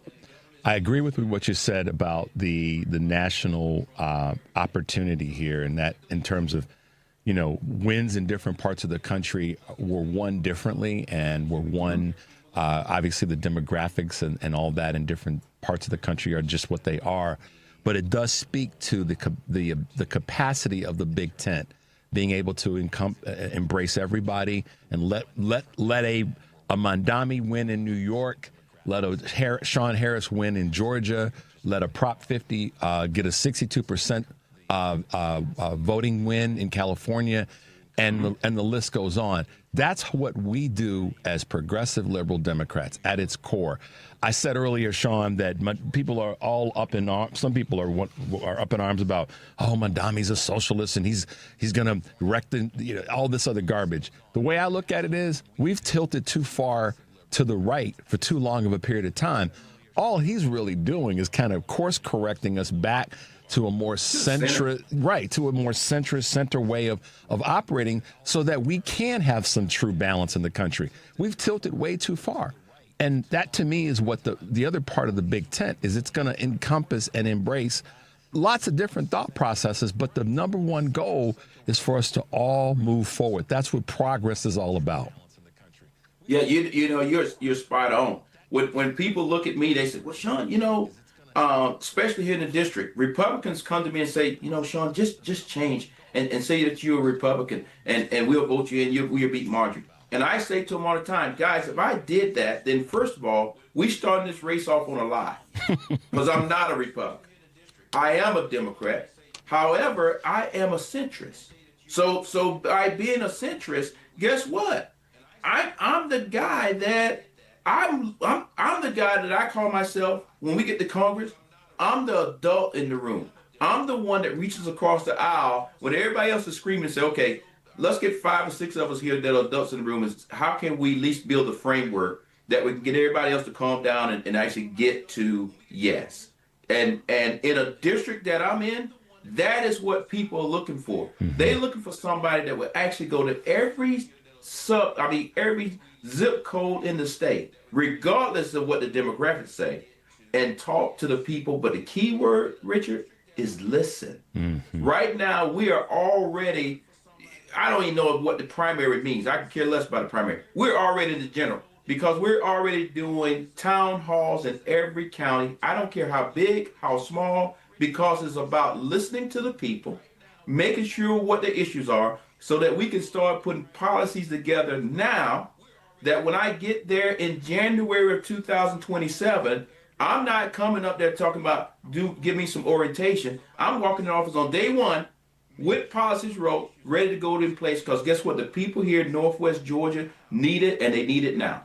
They've told you what they want. You listen to that so that when you get there, you are already, as the phrase goes, running when you hit the ground. And you can't do that if you don't know what the folks want you to run toward and run for. And so that's an extraordinarily important way of hearing not only the folks that voted for you, but those that may not have, because ultimately you represent the entire district. And so and as a result, I mean, I keep saying this, you represent the entire state. So I think it's a great way of being. It's a great message for you to carry forward. Shawn, I want to ask you one question, and then we'll wrap up. Okay. Young voting seems to be, and I don't want to just talk about New York, because through different parts of the country, it seems as though the Democrats listened up to this point at this moment to younger voters. And younger voter turnout seemed to be pretty strong in these elections that took place yesterday. So help me understand how you are embracing that in terms of what younger voters are talking about as you listen to folks in the district and in the state. That, young voters is the key. I work every day with the young Democrats throughout the state, and at the same time up here, work with our college students and young people across the board. But the key piece that I just want to say is this, is not just working with them. Give them a real position inside of the campaign. What I have said to people all the time, Shawn Harris has already did a career in the military. I'm supposed to be retired. I guess I don't know how to retire. What I've said is when I get to Congress, I plan to be up there for 2 terms. That's it. However, I want to make sure that I have opened the door that a younger version of whatever the people in this district want can then go up there and continue to lead. But don't stay up there forever. Mm-hmm. I think you know what I'm saying. Yep. So I'm a firm believer as leaders, you got to get out of the way so the next generation can get there. Or we're going to miss out on their leadership ability. So that's what I'm saying to the young Democrats. Help me get elected. Help me govern. I'm getting out the way. Y'all compete against yourself. Let's get somebody else in here and keep the ball moving. Because at the end of the day, everybody has great ideas. Everybody got different leadership styles. And we just need to figure out who is the best leader for that particular time. Yeah. Whatnot. So That's what I'm doing, and that's what we're doing in Georgia. Our young Democrats have helped us get people out like unbelievable, and you see that in the polls that came out last night. The results, numbers are up. We just got to keep that momentum, but guess what? We still got a lot more young people to reach. Yes, we do. Because when you're really digging into the numbers, we still got a turnout problem. We won last night, but in order to win in 2026, a lot more people got to be registered. A lot more people got to get re-registered because here in Georgia, they kicked a lot of people off the voting rolls. But on the flip side of the coin, we got to make sure that not only you're registered, but you actually get up and go vote when it's time to go vote. Yeah, agreed. Shawn, we're going to have you back. I think you know that already. I'm excited about having more conversations with you because we got to get you across the finish line this time, and I'm going to do everything that I can to facilitate that. How can folks get involved? How can folks find you as we wrap up today? You know, the way they can find me is Shawn for Georgia. Just pull that up, Shawn Harris for Georgia, and you'll find everything on me out there, all of my stuff. What I always say when I'm out talking is, yes, the money is very helpful. I want to say that. But the race that I'm in, Richard, I need your prayers first. Because the reality of it is I try to make it look easy, but it's not easy. Yeah. Okay? So give me your prayers. And then if you can give me $2, $3 here and there, perfect. Thank you. Because part of winning is having confidence. Yeah. And part of having that confidence is all of the prayers of people all around this country and really around the world. That because guess what? People around the world even know Marjorie Taylor Greene. They can't even vote, and they praying for Shawn Harris, saying, "Hey man, oh my goodness." So Richard, I tell you, man, thank you. Like I said last time, we got to get you down here to Northwest Georgia. Yeah. And because whenever you call, the answer will always be yes. I thank you for everything that you're doing because you are giving us the voice that we can reach so many more. And again, anytime you're down here in Atlanta or down here in Georgia, don't even call anybody from my team. Call me directly and just show up at the house. Okay? Your family. Just show up at the house. Now, when you get to the house, my wife gonna make you take your shoes off, but you can still come on in. That's all right. That's how I roll. Shawn Harris, y'all, from Georgia. Got to get that seat. We appreciate you being with us this morning. Thank you so much, Shawn. We'll be back in touch soon, and we'll have you on the show again. Take care. Thank you very much. All right, bye-bye. All right, guys, we'll take a quick break. You're listening to Choose Views on WCPT AM 820 in Chicago, WARR Warren County, North Carolina. I'm Richard Chu. We'll be right back. Every 40 seconds, a child is reported missing. That's 2,000 children every single day. It's a heart-wrenching reality that we can no longer ignore. Find the Children is a non-profit organization dedicated to helping find missing kids. You can be a part of their mission by donating your unwanted vehicle, running or not. Call 1-800-775-5622. We guarantee that you will receive the maximum tax deduction. We provide fast, free pickup with 24-hour response. Call 1-800-775-5622. Find the Children provides crucial resources to help find missing children and educational materials to teach kids how to recognize and avoid predators. Our recovery programs have a proven track record of reuniting kids with their families. It's time to act. Donate your unwanted or unused car. Help us build a world where every child is safe. Pick up the phone and call 1-800-775-5622. Together, we can bring these kids home safely. This advertisement was paid for by Cars R Us and Find the Children. Protect your liver and give it the support that it deserves with Active Liver from New Nordic. Find Active Liver in stores at your local CVS, Meijer Grocery, or online at Amazon or newnordicusa.com. AP News, I'm Marcela Sanchez.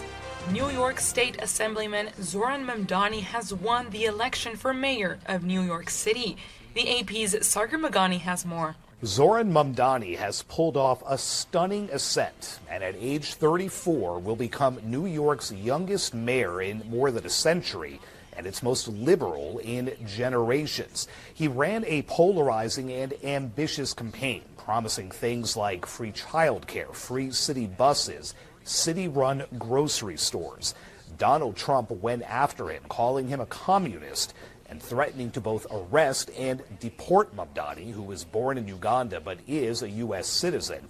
But Mamdani did beat former Governor Andrew Cuomo, who was trying to mount a big comeback of his own 4 years after resigning office amid sexual harassment allegations. It didn't work. Mamdani now has to figure out how to actually enact that agenda when he is sworn in as New York's mayor come the new year. Virginia and New Jersey were the only states electing governors this year, and Democrats won both races. Former Congressmember Abigail Spanberger was elected in Virginia. Her campaign focused on economic issues. Representative Mikey Sherrill won New Jersey's governor's race. She campaigned as a former prosecutor who would stand up to President Trump. Meanwhile, in California, voters approved a redistricting plan that could give Democrats up to 5 more U.S. House seats in the 2026 midterms. In Louisville, Kentucky, a UPS cargo plane crashed and exploded while taking off yesterday. At least 7 people were killed and 11 injured. And the federal government shutdown has entered its record-breaking 36th day. The standoff is centered around Affordable Care Act healthcare subsidies. This is AP News. Hospital officials in Gaza say they've received the bodies of 15 Palestinians from Israel. AP correspondent Charles de Ledesma has more. The latest return of 15 bodies made as part of the fragile Israel-Hamas ceasefire comes a day after Palestinian militants in Gaza handed over the body of an Israeli soldier taken hostage in the 2023 attack that started the war. The announcement, made by officials at Nasser Hospital in Khan Yunis, Gaza, brings the number of Palestinian bodies returned to Gaza to 285. Militants in Gaza have released 1 to 3 bodies every few days. Israel's push to speed up the returns and in certain cases has said the remains were not those of hostages. Hamas has said the work is complicated by widespread devastation. I'm Charles de Ledesma. And I'm Marcela Sanchez, AP News. This is 820 AM, WCPT Willow Springs, and streaming worldwide at WCPT820.com. We are Chicago's progressive talk, where facts matter. Now, your WCPT 820 weather update. From the Weatherology Weather Center, I'm meteorologist Jennifer Wojcicki. Skies will become mostly sunny here for today with a high around 60 degrees. Breezy southwest winds around 10 to 20 miles per hour, gusting as high as 30. For tonight, mostly clear and a low near 36.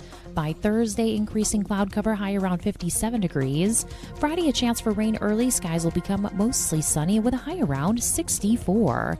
That's your latest Chicago weather update. Currently, it's 54. Finding great candidates to hire can be like, well, trying to find a needle in a haystack, but not with ZipRecruiter. Its powerful technology actively finds and invites qualified candidates to apply to your job. So while other companies might deliver a lot of hay, ZipRecruiter finds you the needle in the haystack. See why 4 out of 5 employers who post a job on ZipRecruiter get a quality candidate within the first day. Try ZipRecruiter for free at ZipRecruiter.com/free. That's ZipRecruiter.com/free. You're listening to WCPT 820, because facts matter. Welcome back to Choose Views with Richard Chew. Hey, guys, welcome back to the show. Oh, wow. Shawn Harris. I am excited about him in this race, and we have to do everything we can to help him win. That's not just a win for Georgia, it's a win for the country. Today on Live Local and Progressive, Joan Esposito will be joined by Aaron Kleinman, head of research at Heartland Signal, and yesterday's election, Democratic lawyer Michael Dorff, and Loyola political scientist Brian Endless. That's Live Local and Progressive, weekdays 2 to 5 here on WCPT, AM 820, heartlandsignal.com, and tune in. Tonight on Driving It Home, Patty Vasquez will talk to Bushra Amawala, Democratic candidate for Congress in the 9th District. Aaron Kleinman, also head of research at Heartland Signal, will be joining Patty. And Up North podcast with the Minocqua Brewing Company at 6 p.m. and contributors Kirk Bankstead, Ben Kamenos, and Amy Thomas. Driving It Home with Patty Vasquez, weekdays 5 to 7 here on WCPT, AM 820 here in Chicago. And, of course, Heartland Signal website. Tune in, YouTube, and Facebook. Tomorrow on Choose Views, my week of candidate interviews continues with Melissa Bean, candidate for Congress in the 8th District in Illinois, Joel Mullett, candidate for U.S. Senate in Kentucky. And Friday, we'll be joined by Mayor Brandon Johnson. This month with Mayor interview will be happening then. Check out the podcast, Choose Views podcast, and full featured interviews and full episodes available on Spotify, Apple Podcasts, TuneIn, iHeart, YouTube, and Amazon Music. Search for Choose Views or visit our brand new podcast page at heartlandsignal.com/podcast and catch all the latest interviews. I want to give some quick shout outs. Let me move the mic over. We've had a number of people that have had comments this morning, so I just want to give some quick shout outs. Raina, thanks for your text. 386, thanks for your text. 815-773-708, 312-312, and 708. And we just got another one. I don't like to mention people's names unless they give me permission to do that. And Troy from Forest Park, thank you for your comments. We're going to keep it going, Troy. We're going to keep doing what we do. Cassandra in Oak Park, thank you as well for your comments this morning. So, and Jennifer, all you guys for reaching out and being part of this team that we've built and we put together. And speaking of building a team and putting things together, it's Wednesday. So that means that our good friend Kurt Mullett from Hoosier Blue 63 is with us this morning. And I've been waiting to talk to him because of all that's been happening, but particularly in the last 12 to 18 hours. Kurt, good morning and welcome to the show. Good morning, my friend. You are just so smooth with your transitions, man. I love it. Well, thank you. Hey, no problem. I'm not. I will tell everybody. I practice. I work hard on making sure that things make sense and that we're connected in how we do our thing. Man, oh man, oh man. I got to read this to you guys. Just bear with me for a second. Democrats are fully aware and acknowledge what the hell is going on. We are aware that 47 could release contingency funding right now to fund SNAP. We are aware that included in the MAGA Republicans' big joke of a bill was a slashing of over $186 billion in SNAP funding.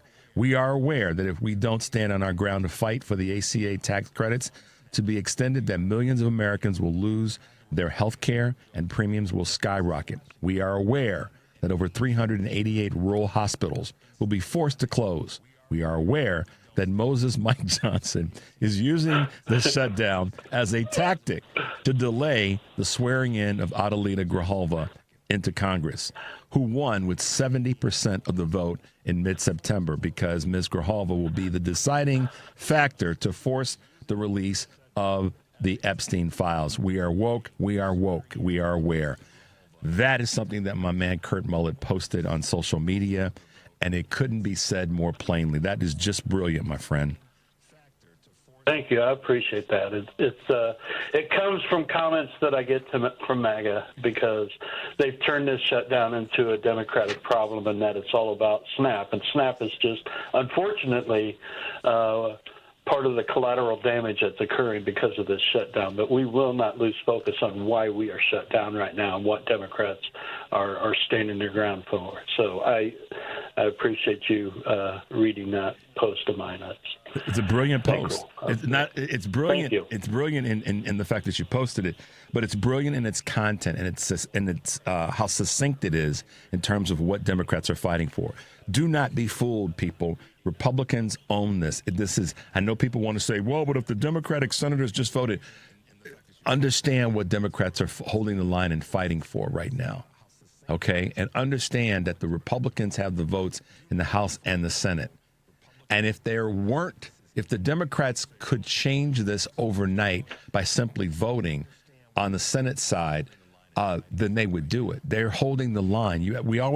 This is the thing, Kurt, you and I both, from the positions that we come from on this, we're always asking Dems to stand up and fight and stand for something.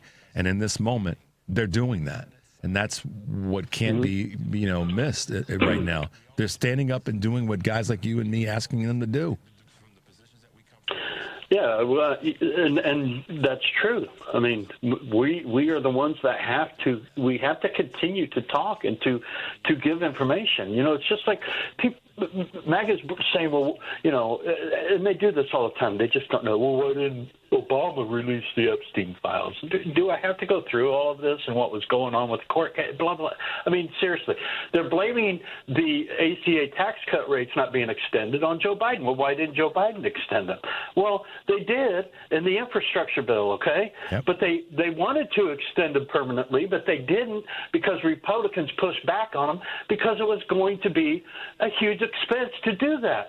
So Democrats were trying to be fiscally responsible and adopt bipartisan thinking in a bill, so they only extended them until this period right now. Yep. If we had known then what we know now, they would have definitely extended them and made them a permanent thing. If we knew that the Republicans were going to destroy our health care and attack it like they have, that would have been something that was done. Yep. So it's just crazy, you know. But hey, I appreciate you reading that book. Well, but here's why I read it, because it again, it succinctly puts the spotlight on what Dems are trying to do, and I believe that you know, yeah, we could have done things a little bit differently. We always can go back and look at it and say what we could have done. And there was there was a point of order that I must read that the extension was in the American Rescue Plan. But at the end of the day, I'm sorry. That's yeah, okay. Thank you. That's all right. It was under the Biden administration that it got done. So you know, let's all remember that. And but I want to come back to what the broader part of what you were saying, Kurt, and that is, had we known, sure. But we didn't know. So at the moment, they did the thing that they thought was going to be the best thing at that time. Here we are now, and they're doing the best thing, which is standing in the way of Republicans just backing the dump truck over the country and continuing to spill all this garbage on the society. So, you know, I'm okay with Democrats fighting this way, because we've been asking for them to stand up for something, doggone it, and now they're doing it. So I'm happy to see and that. we've been criticized for being critical of our Democratic leadership. We've been told, you can't do that. That's division. That's creating division. So, okay, we're going to do something different. So we're going to elect a 34-year-old Democratic socialist to lead the biggest city in our country, and you're pushing back on that. You don't want us to do that. So we're to the point where it's like, okay, forget y'all. We're going to go ahead and do what we think we need to do to make sure that things don't stay the way they have, and we change the course of our ship. And people need to understand exactly what is behind someone like Mandami and the belief of socialism. Socialism is about the people. I mean, there's some in-depth definitions of it if you want to go online and look it up. But the simplicity of it is to put the power in the people's hand to make the decisions that affect us the most. Prop 50 in California is a socialist action. In Indiana, we have our government telling us what they're going to do to redistricting. In California, they let the people decide. Come on now. That is an example of socialism. I mean, and people are like, well, it's a dirty word. No, it's not. I'm trying to refrain from cussing, you know, but man, it just is. Well, but listen. Let me keep my arms of care and love around you, because I know where you're coming from. This is the energy that is needed in all of us when we talk about this. And when Shawn Harris talked about the importance of understanding what Big Tent means, it means that in California they can vote for this, and in Georgia they can vote for that. And in New York, they can vote for this, and Minnesota and Mississippi and all the rest. All of these things are based on the demographic of the people that are there. But the one common thread is about moving us all forward. And that's the thing that is missed when we get into this nail biting and this backbiting and that kind of conversation. Look, in my observation, Kurt, Mandami's ascent and the negativity that's come from that in many cases has come from people on the right wanting to poison the conversation of centrists and folks on the left in terms of political landing. And so we've got to be really careful, which is one of the reasons that I said that we have to take this win and relish in it and speak loud about it, because we got to be very careful right now. I mean, right out of the gate, Megyn Kelly and Meghan McCain are trash talking the win in Virginia. And trash talking the win. I haven't seen that. That's just crazy. But it's expected from them, and that's my point is we've got to be careful and mindful of what Republicans are trying to poison the water with, and this whole thing with Mandami. One of our listeners sent me a text, and I just wanted the word that stands out is it's rebalancing. What I believe has the ability to do in New York, and can be used as a part of the solutions going forward in other areas, is rebalancing. And if it's going to bring people out, if it's going to bring young voters out or young-minded people who may be a little bit older, but they want to get back in the fight, then doggone it, rebalancing is okay in this case. And resetting how the country looks at itself is okay. That's what we've been begging for, and it seems as though there's some people that had some wins last night. And can you believe this? Mississippi broke the supermajority. Oh, I know. It's in Georgia. Yeah. I mean, it's like, it's been a struggle for months for us progressive Democrats because of many things, being upset with leadership and then seeing what we have in the White House and what is happening in our country. So it's been extremely frustrating. And then the things that are going on in our state with Blythe Potter's race, and that's for, Yeah. But last night was so encouraging of seeing what happened. And it's great that it's coming from the young people in this country. The Gen Z women obviously were to the vote last night, like the black woman was to the vote of Kamala Harris, because they turned out and they said, you know what? Our generation may have a bunch of crappy young boys that are, fans of Charlie Kirk and want to be these alpha males, but we have the voice, and they did last night. I mean, they showed up in 81 and 80% numbers for the voting for the candidates last night. So it's just it's such an uplifting, and it's a wave that we're going to ride. Let me tell you. I mean, people are criticizing Mandami for what he wants to do. I had somebody make a comment on one of the posts I made last night about free bus fares. How's he going to do that? That's going to cost the city money. Well, you know how he's going to do it? Because he's going to bring in line the corporate tax rate of New York City with the state. And the state rate. He's going to bring those up. That's going to generate $5 billion. He's proposing a $2 surcharge, I think it is, on those who make more than $1 million. That's going to raise, I think it was $3 or $4 billion. He's targeting the wealthy with taxes. He's making them, and I shouldn't say targeting. He is simply just making sure that we all pay the same tax rate. And what people don't get in this country, the reason we are in the shape we are in, with all the problems across the board, is because we give tax cuts to the billionaires in this country. Our government is going to lose $4 to $7 trillion in revenue just because of the tax cuts given to the billionaires. And we want to complain about SNAP funding, where Grandma Mary gets $40 a week, and you got guys like Clay Higgins out there saying everybody's smoking crack on SNAP, and that $4,200 a year ought to fill your. I mean. Yeah, wow. I know. That's enough. And that's why we have to stay riled up. I got to do this real quickly.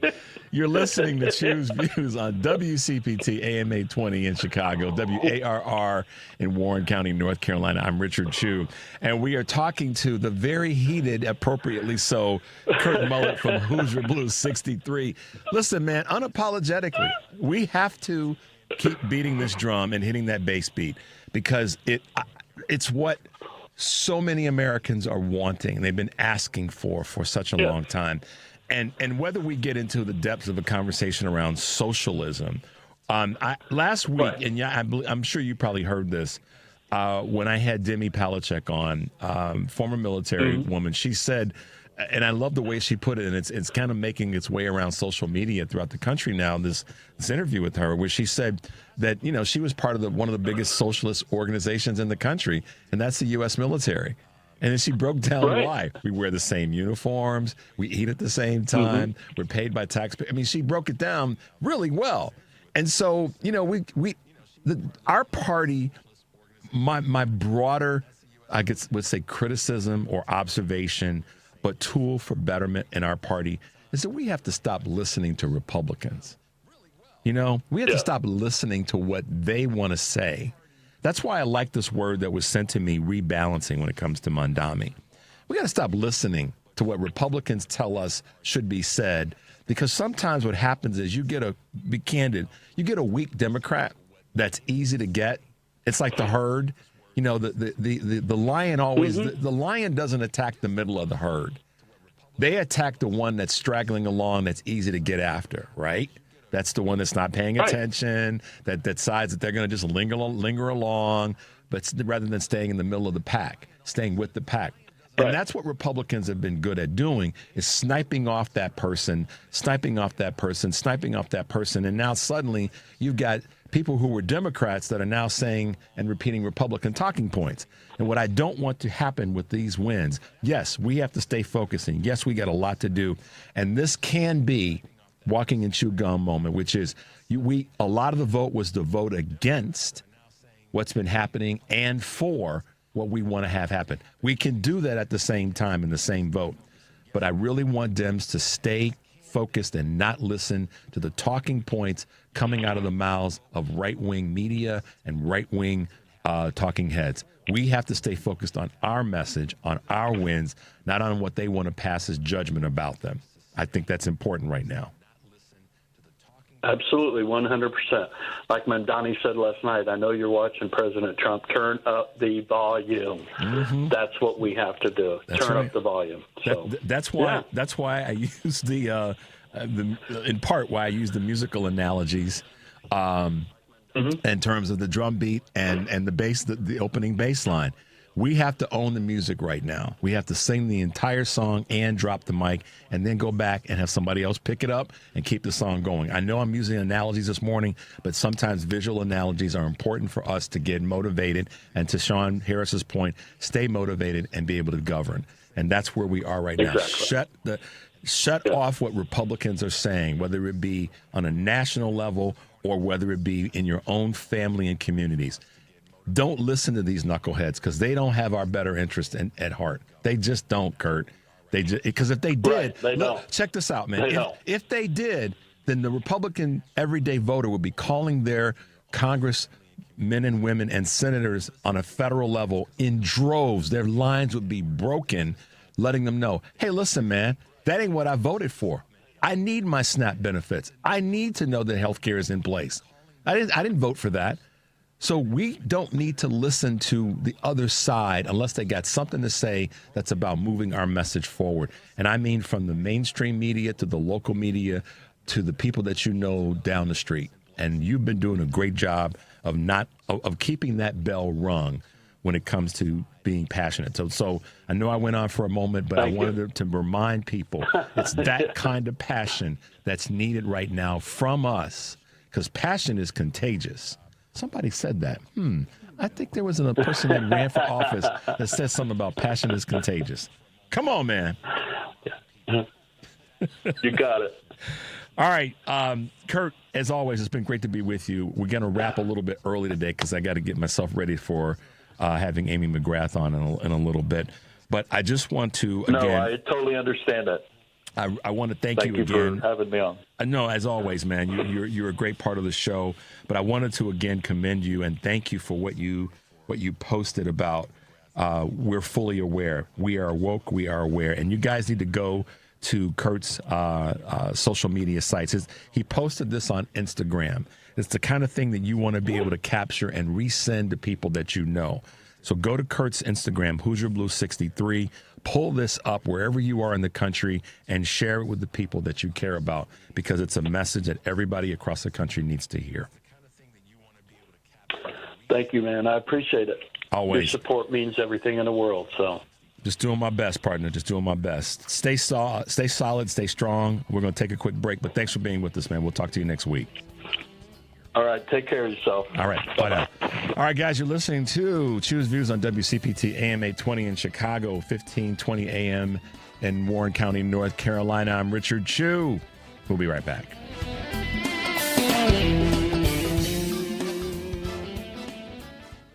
When it comes to the vitamins and supplements you take, quality counts. If you have questions or concerns about the vitamins you plan on taking, we're happy to help. Mark Drugs, better health and care for you and your pets. The most common signs you need a probiotic are if you have taken an antibiotic and need to balance out the gut bacteria, you find yourself getting constantly sick, or you feel bloated, unwell, or have skin issues.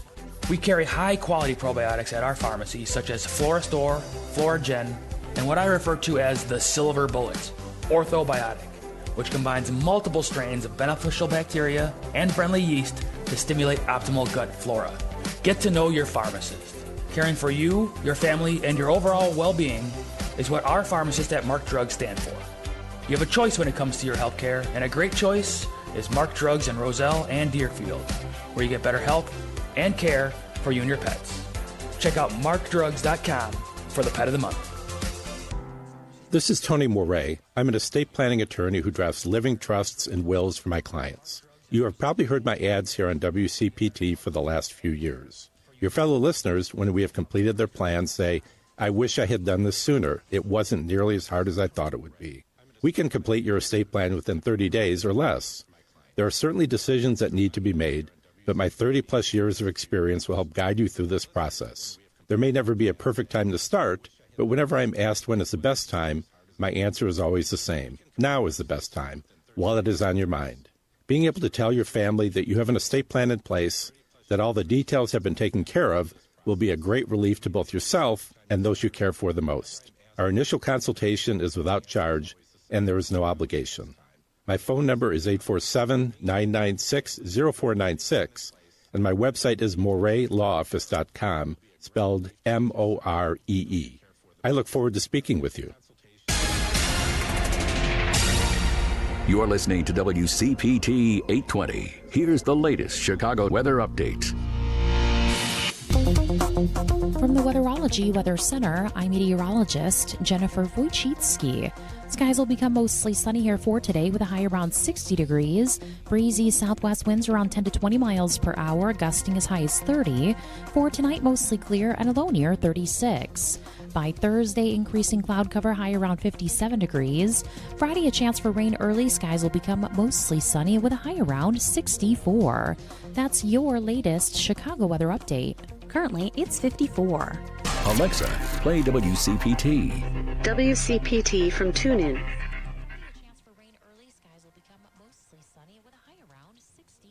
This is Choose Views with Richard Chu.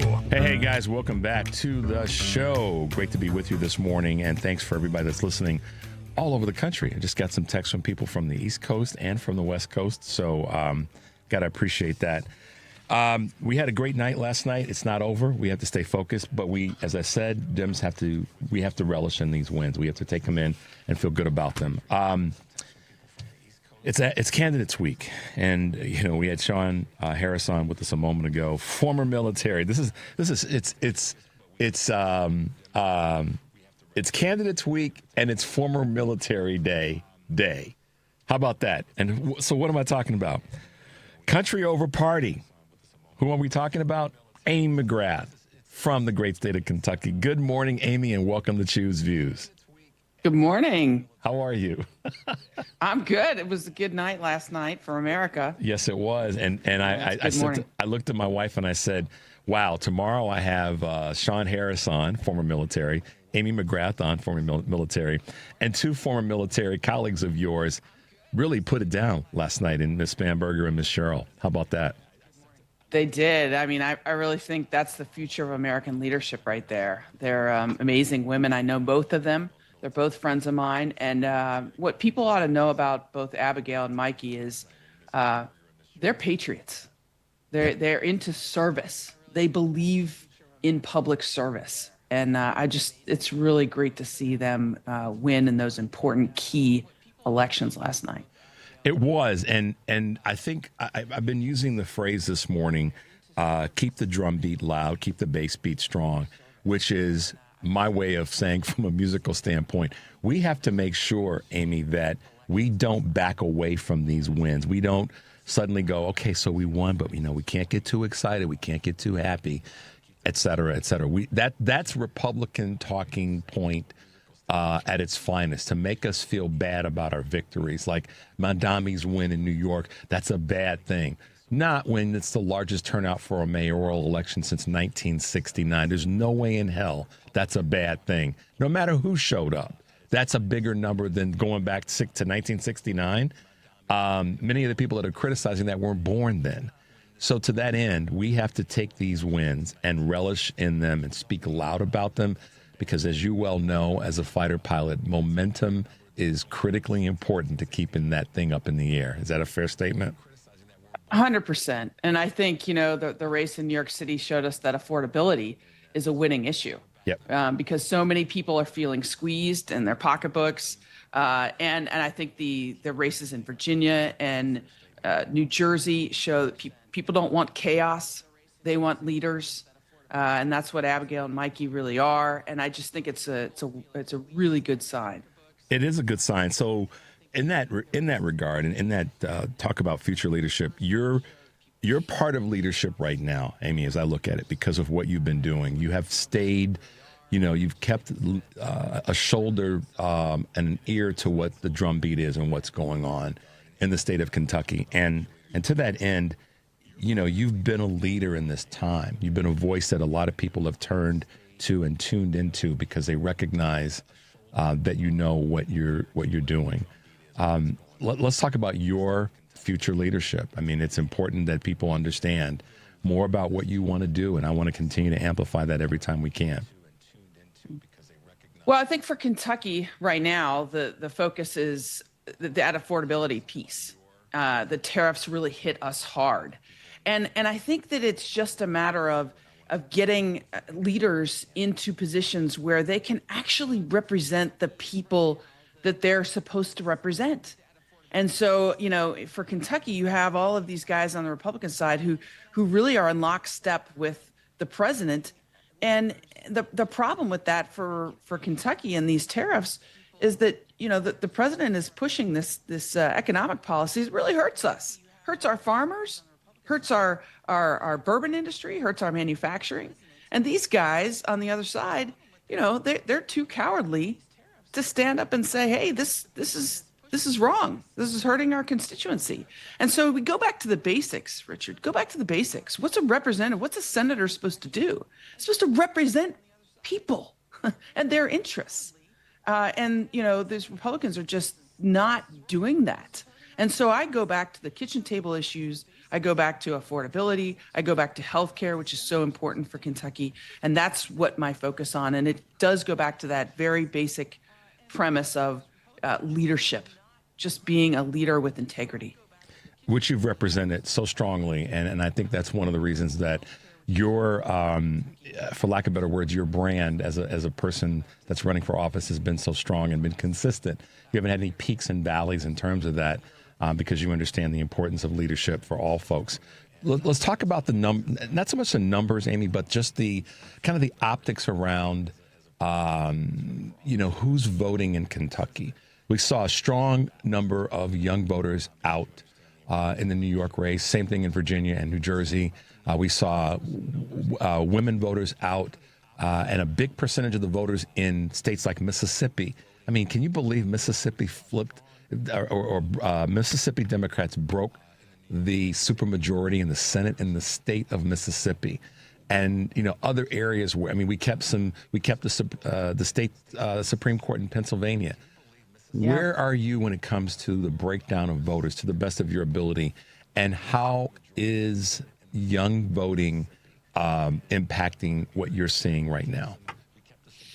Well, I think young voters are very motivated because they've seen this chaos. They've grown up with this chaos under this current administration, under this president. And I think they're tired of it. And that's a good thing because typically, as you know, Richard, young voters, a lot of times historically, and not necessarily right now, but they don't come out and vote in the higher percentage that some of the older voters do.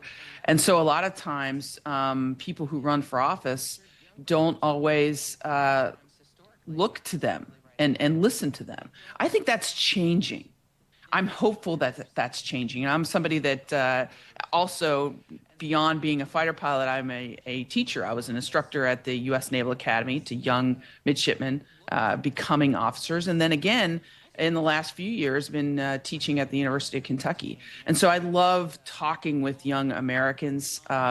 They have so bright and they really care and are as patriotic about our country as those of us who are a little bit older. So I'm hopeful there, and I do see that here in Kentucky.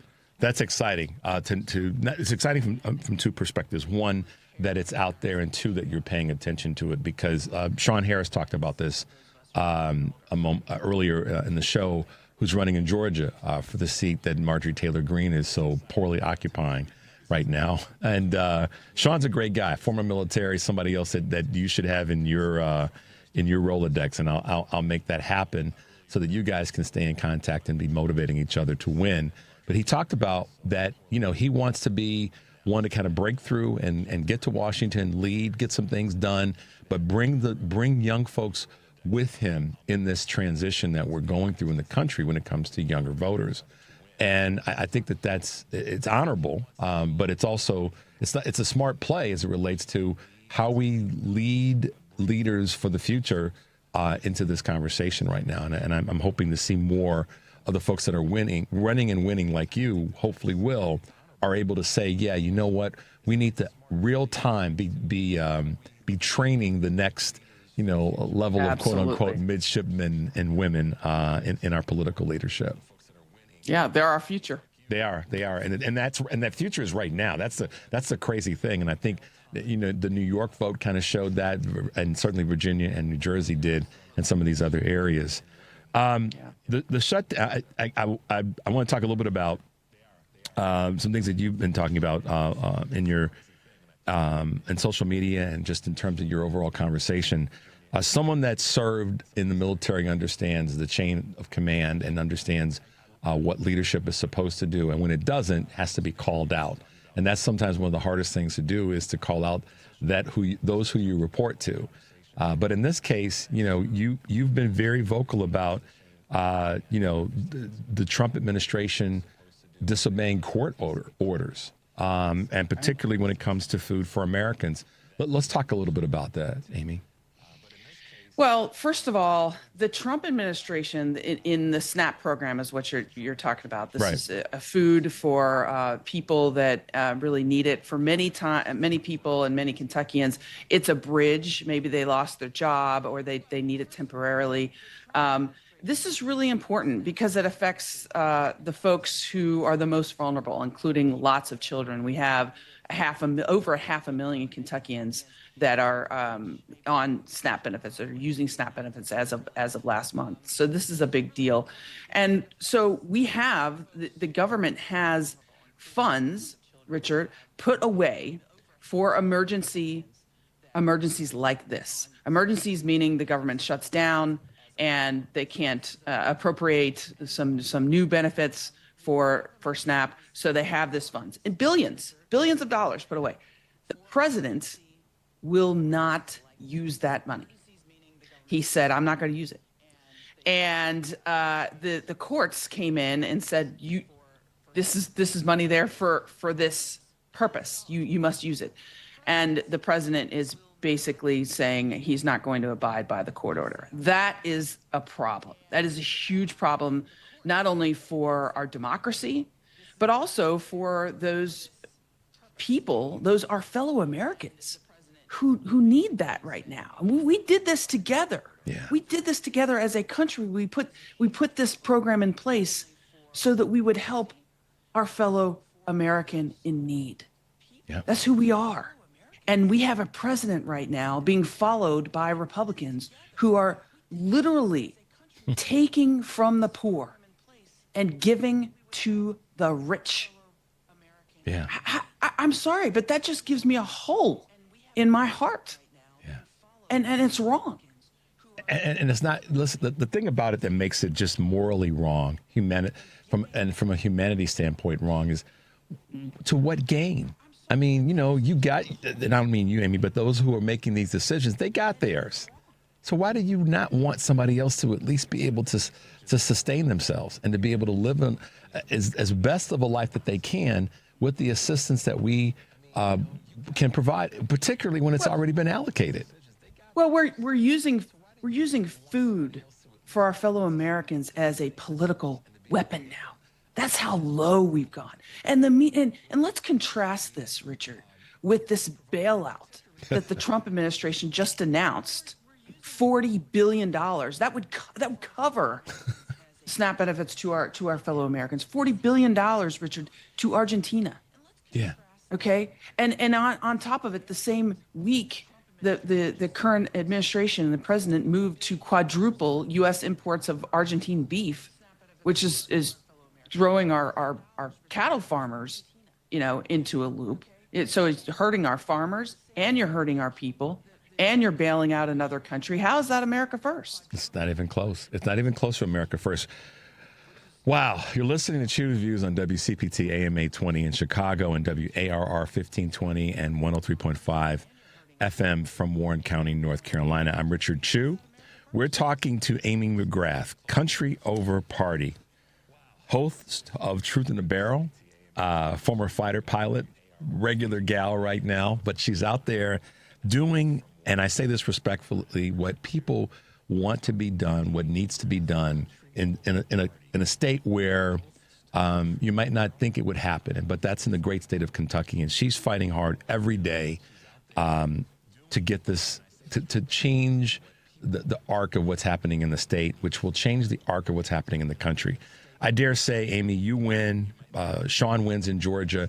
Those are huge wins, because it means that we get numbers that we need to push back on this president and push back for the country, not just for you, your state, or for Shawn and his district, but it's a pushback for the entire country. And that's why I'm so dedicated to amplifying your voice and Shawn's and anybody else's that we talk to, because I know that it's going to be good for the entire country when we get these wins on a federal level. But you saw some great state wins last night. And I mentioned Mississippi, and I mentioned the Supreme Court, state Supreme Court in Pennsylvania. My question regarding that is, what are you hearing from state voters about what's happening in the state of Kentucky? Not the federal part of it, but like just right there at home. Do you know what I mean? Yeah. People here in Kentucky, and I think elsewhere, but particularly where I'm focused here, that they are so tired of the chaos. I mean, they look and my fellow Kentuckians are like, what is going on? And even people who voted for this current administration, I hear things like, I kind of am with him, but he's gone too far. He needs to be checked. Or, what I hear a lot, Richard, is, he's doing what he said he was going to do, but it's really chaotic. And he doesn't appear to have a plan. And it's, a lot of this is by tweet, foreign policy by tweet. And I hear a lot of, with regards to the tariffs, a lot of people don't understand the tariffs. They just know that the cost of living is going up. They know that when they go the checkout at Kroger, everything costs more. They know the bourbon industry is taking a hit right now. They know our farmers are taking a hit. And so they might still be with the president. They're, I think he knows what he's doing, but I'm not really sure. And you hear that a lot. And so my job is a little bit of, hey, these tariffs are taxes on you. Yeah. And we can take a lot as Americans, but to what end? Right. To what purpose? And this is where I'm constantly talking about these tariffs, because I'm like, what's the point? What's the point? There is no point. No. I mean, and the fact that when you were describing what some of the folks there in Kentucky are saying that you're hearing and you're doing again what you and Shawn both do so well, which is listening to the voters, it's got to disturb them that they have the question about what he's doing and or not even maybe so much what, but how he's doing it. The fact that they would even have the question, and they should, by the way, that it's too chaotic. It doesn't make any sense. I think should tell us all that deep down inside of people, when you take all the political isms out of this, folks just they're just done with things not having a sense of normalcy. Normalcy is good for us. It's good for our blood pressure. It's good for all of our systemic organs to have some normalcy. And this chaos right now is all over the country. And I'm so glad to hear you are, hearing it and then trying to respond to it with the voters in the state of Kentucky. That's so great to hear, Amy. It really is. Well, my message to voters is, look, he has to be checked. And we need to have somebody in the seat who's going to be a voice for you, and not just somebody that's going to go along because their political party tells them to, or the man in the White House tells them to. And this is where, Kentuckians have a bit of an independent streak. We are also the state of Rand Paul, who has been able to stay. I never thought I'd be with Rand Paul on some of these things, but here I am. He's stood up with the tariffs, against the tariffs. Now, he doesn't have enough power. We need more people to stand up and say, this is wrong. And that's just one issue. Healthcare is another issue that we're seeing these folks in Washington promise that they wouldn't take away Medicaid and Medicare. And what are they doing? They're taking it away. Yeah. And so what you're seeing right now with this government shutdown and these benefits being ripped away from people, this is a precursor for what is going to happen next year and the following year because of this bill that was just passed in the summer. Yeah. So I talk a lot about that. So as we get to the end of our segment, and I could just keep listening to you and gaining so much knowledge from your experience there in Kentucky, and then what that broader experience is going to represent for the country when you win. We got to get you across the finish line. I said this because this week I've been interviewing candidates from all over, making it kind of Candidates Week on Choose Views, because I want to do my part to amplify folks that are running. And at the end of the day, as long as we have a D, I say this not to oversimplify it, Amy, but as long as we have a D in the column in some of these key races, that's a win for us all. But I go a little bit deeper because we got to have the right D in this case, in certain areas because of the balance of power. Right now, what are you seeing or hearing from businesses as it relates to coming to the state of Kentucky or staying in the state of Kentucky relative to the tariffs and relative to what the Trump administration is doing right now? Yeah. Well, that's a great question. So last week, I was fortunate enough to go to the Kentucky Manufacturers Association conference. And this is all the manufacturers in Kentucky. They have an association which pushes for certain things from lawmakers to make their businesses more profitable and bring manufacturing back here to Kentucky and make it really effective. We have a lot of manufacturing in Kentucky. We have the aerospace industry, bourbon industry, as I mentioned, a lot of great auto industries here. And we had a Senate candidate for him. So there's 3 Republicans vying for this seat, and I was on the other side. And we all got a chance to speak and get asked questions. And it was amazing in that room because everybody knows the elephant in the room is the tariffs. And everybody knows that this is hurting manufacturing. Nobody wanted to talk about it though, right? Well, the Republicans don't want to talk about it. That's right. And then when they were asked about it, they're all kind of shifting in their seats and, I'm still with President Trump. And I know it's, one of them said, I know it hurts now, but it's going to be better in the long run. And the other 2 are just full on mega. And, and then I get up there and, this is a room that maybe in the past potentially more conservative, right? Manufacturers, I don't know. But when I'm asked, I'm just flat out, this is dumb. These tariffs are stupid. They're hurting us. They have no reason. And the room is kind of, you get the head nods. Yep. And so we're in a point right now where businesses get it. They don't want chaos. They think this is the uncertainty of what's happening. I had a gentleman come up to me afterwards, Richard, who said, what you should have said on that stage is, we really just don't want trade policy done via tweet. We'd really like to know. Yeah, this is a manufacturer. We'd really like to know what the future holds so we can make decisions for 1 year, 2 years, 5 years. And when the president sees something in Canada he doesn't like on social media, and then he rips up the tariffs on our number one trading partner for whatever that industry that he was in, it's really stupid. I mean, that's where we're at. Listen, we sometimes can get caught up in our own, for lack of better words, education, experience, and knowledge and all that.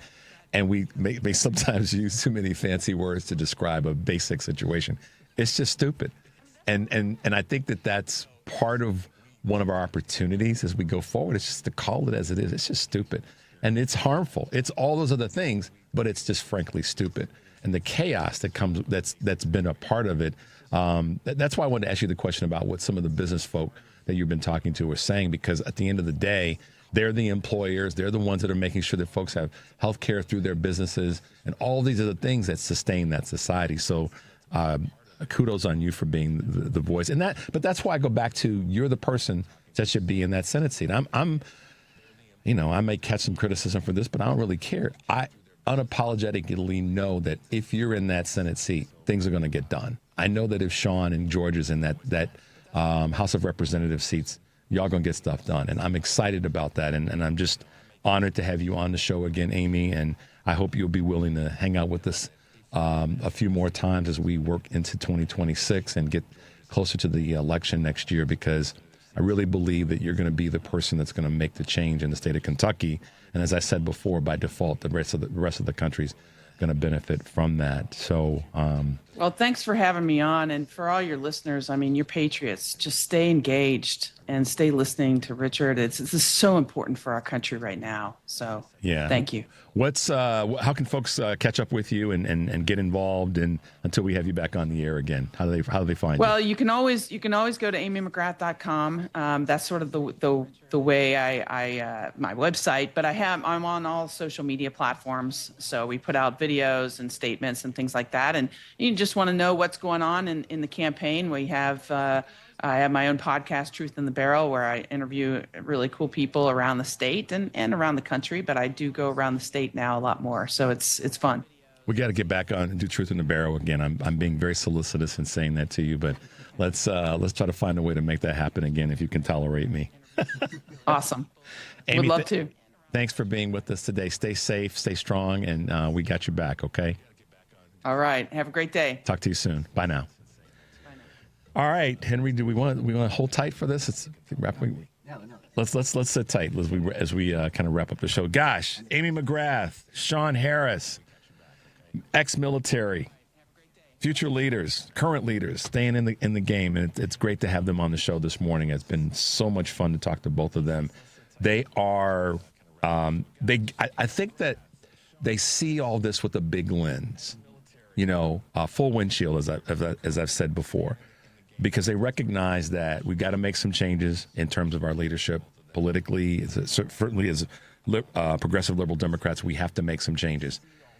Last night, I think, was an initial water test, depth test, that we're making some changes. I think that last night showed that people who are running for office are paying attention, because I don't think the turnouts would have been as strong as they were, and they weren't perfect. We'd love to see more, but I don't think the turnouts would have been as strong if people didn't feel that the people running for office, if voters didn't think that the people that are running for office were listening with the intent of getting things done. So my observation, and I hope I'm right about this, is that people who got out to vote last night in all of these elections believe that the people that are running are paying attention. So let's capitalize on that as voices, as leaders in our own little worlds that we're in on our day-to-day. Let's make sure we're keeping our voices strong. I said this at the beginning of the show. I wrote it because I didn't want to mess it up, and I'll say it again. Dems, take in this win. Relish in it. Speak loud to it. People worked hard to get these wins, so be proud of it. Don't be quiet. More people will come to the beat of this drum. We have to keep this momentum strong right now, unapologetically. It's not over. We recognize that. We got a lot more to get done. And that's kind of the exciting part. It's kind of like this. I'll put it to you in this bit as we wrap up. I think about it again. I'll use a sports analogy. I think about teams that get on a winning streak. They can't wait to get back on the field to play again, or back on the court, or back on the course, or whatever it might be, to play again. You know, musicians. I've been blessed to have some musicians in my life and folks that I know that play instruments. Henry's one of them. You get on a rhythm. You get in a rhythm. You get going. That vibe is strong. You want to just keep playing, right, Henry? You don't want the show to end. Am I right? Oh, absolutely. You just want to keep playing because the feeling is there. And it's like a good sermon at church. Pastor, you got to sit the pastor or the priest down because they get so in. That's where we are. That's the visual I want you guys to take with you. We've got some energy on our side right now. We've been begging for it. It's here. Do not let the folks on the right steal that energy because it's ours. We earned it. They didn't give it to us. Like I said, let's get in their backyard and steal their candy. I mean that in the best of senses. All right, guys, thanks for being with us this morning. Thanks to our guests. Thanks to Shawn Harris. Thanks to Kurt Mullett. And thanks to Amy McGrath for being with us. And thanks to you guys. Take a deep breath and make your life count. We'll see you tomorrow.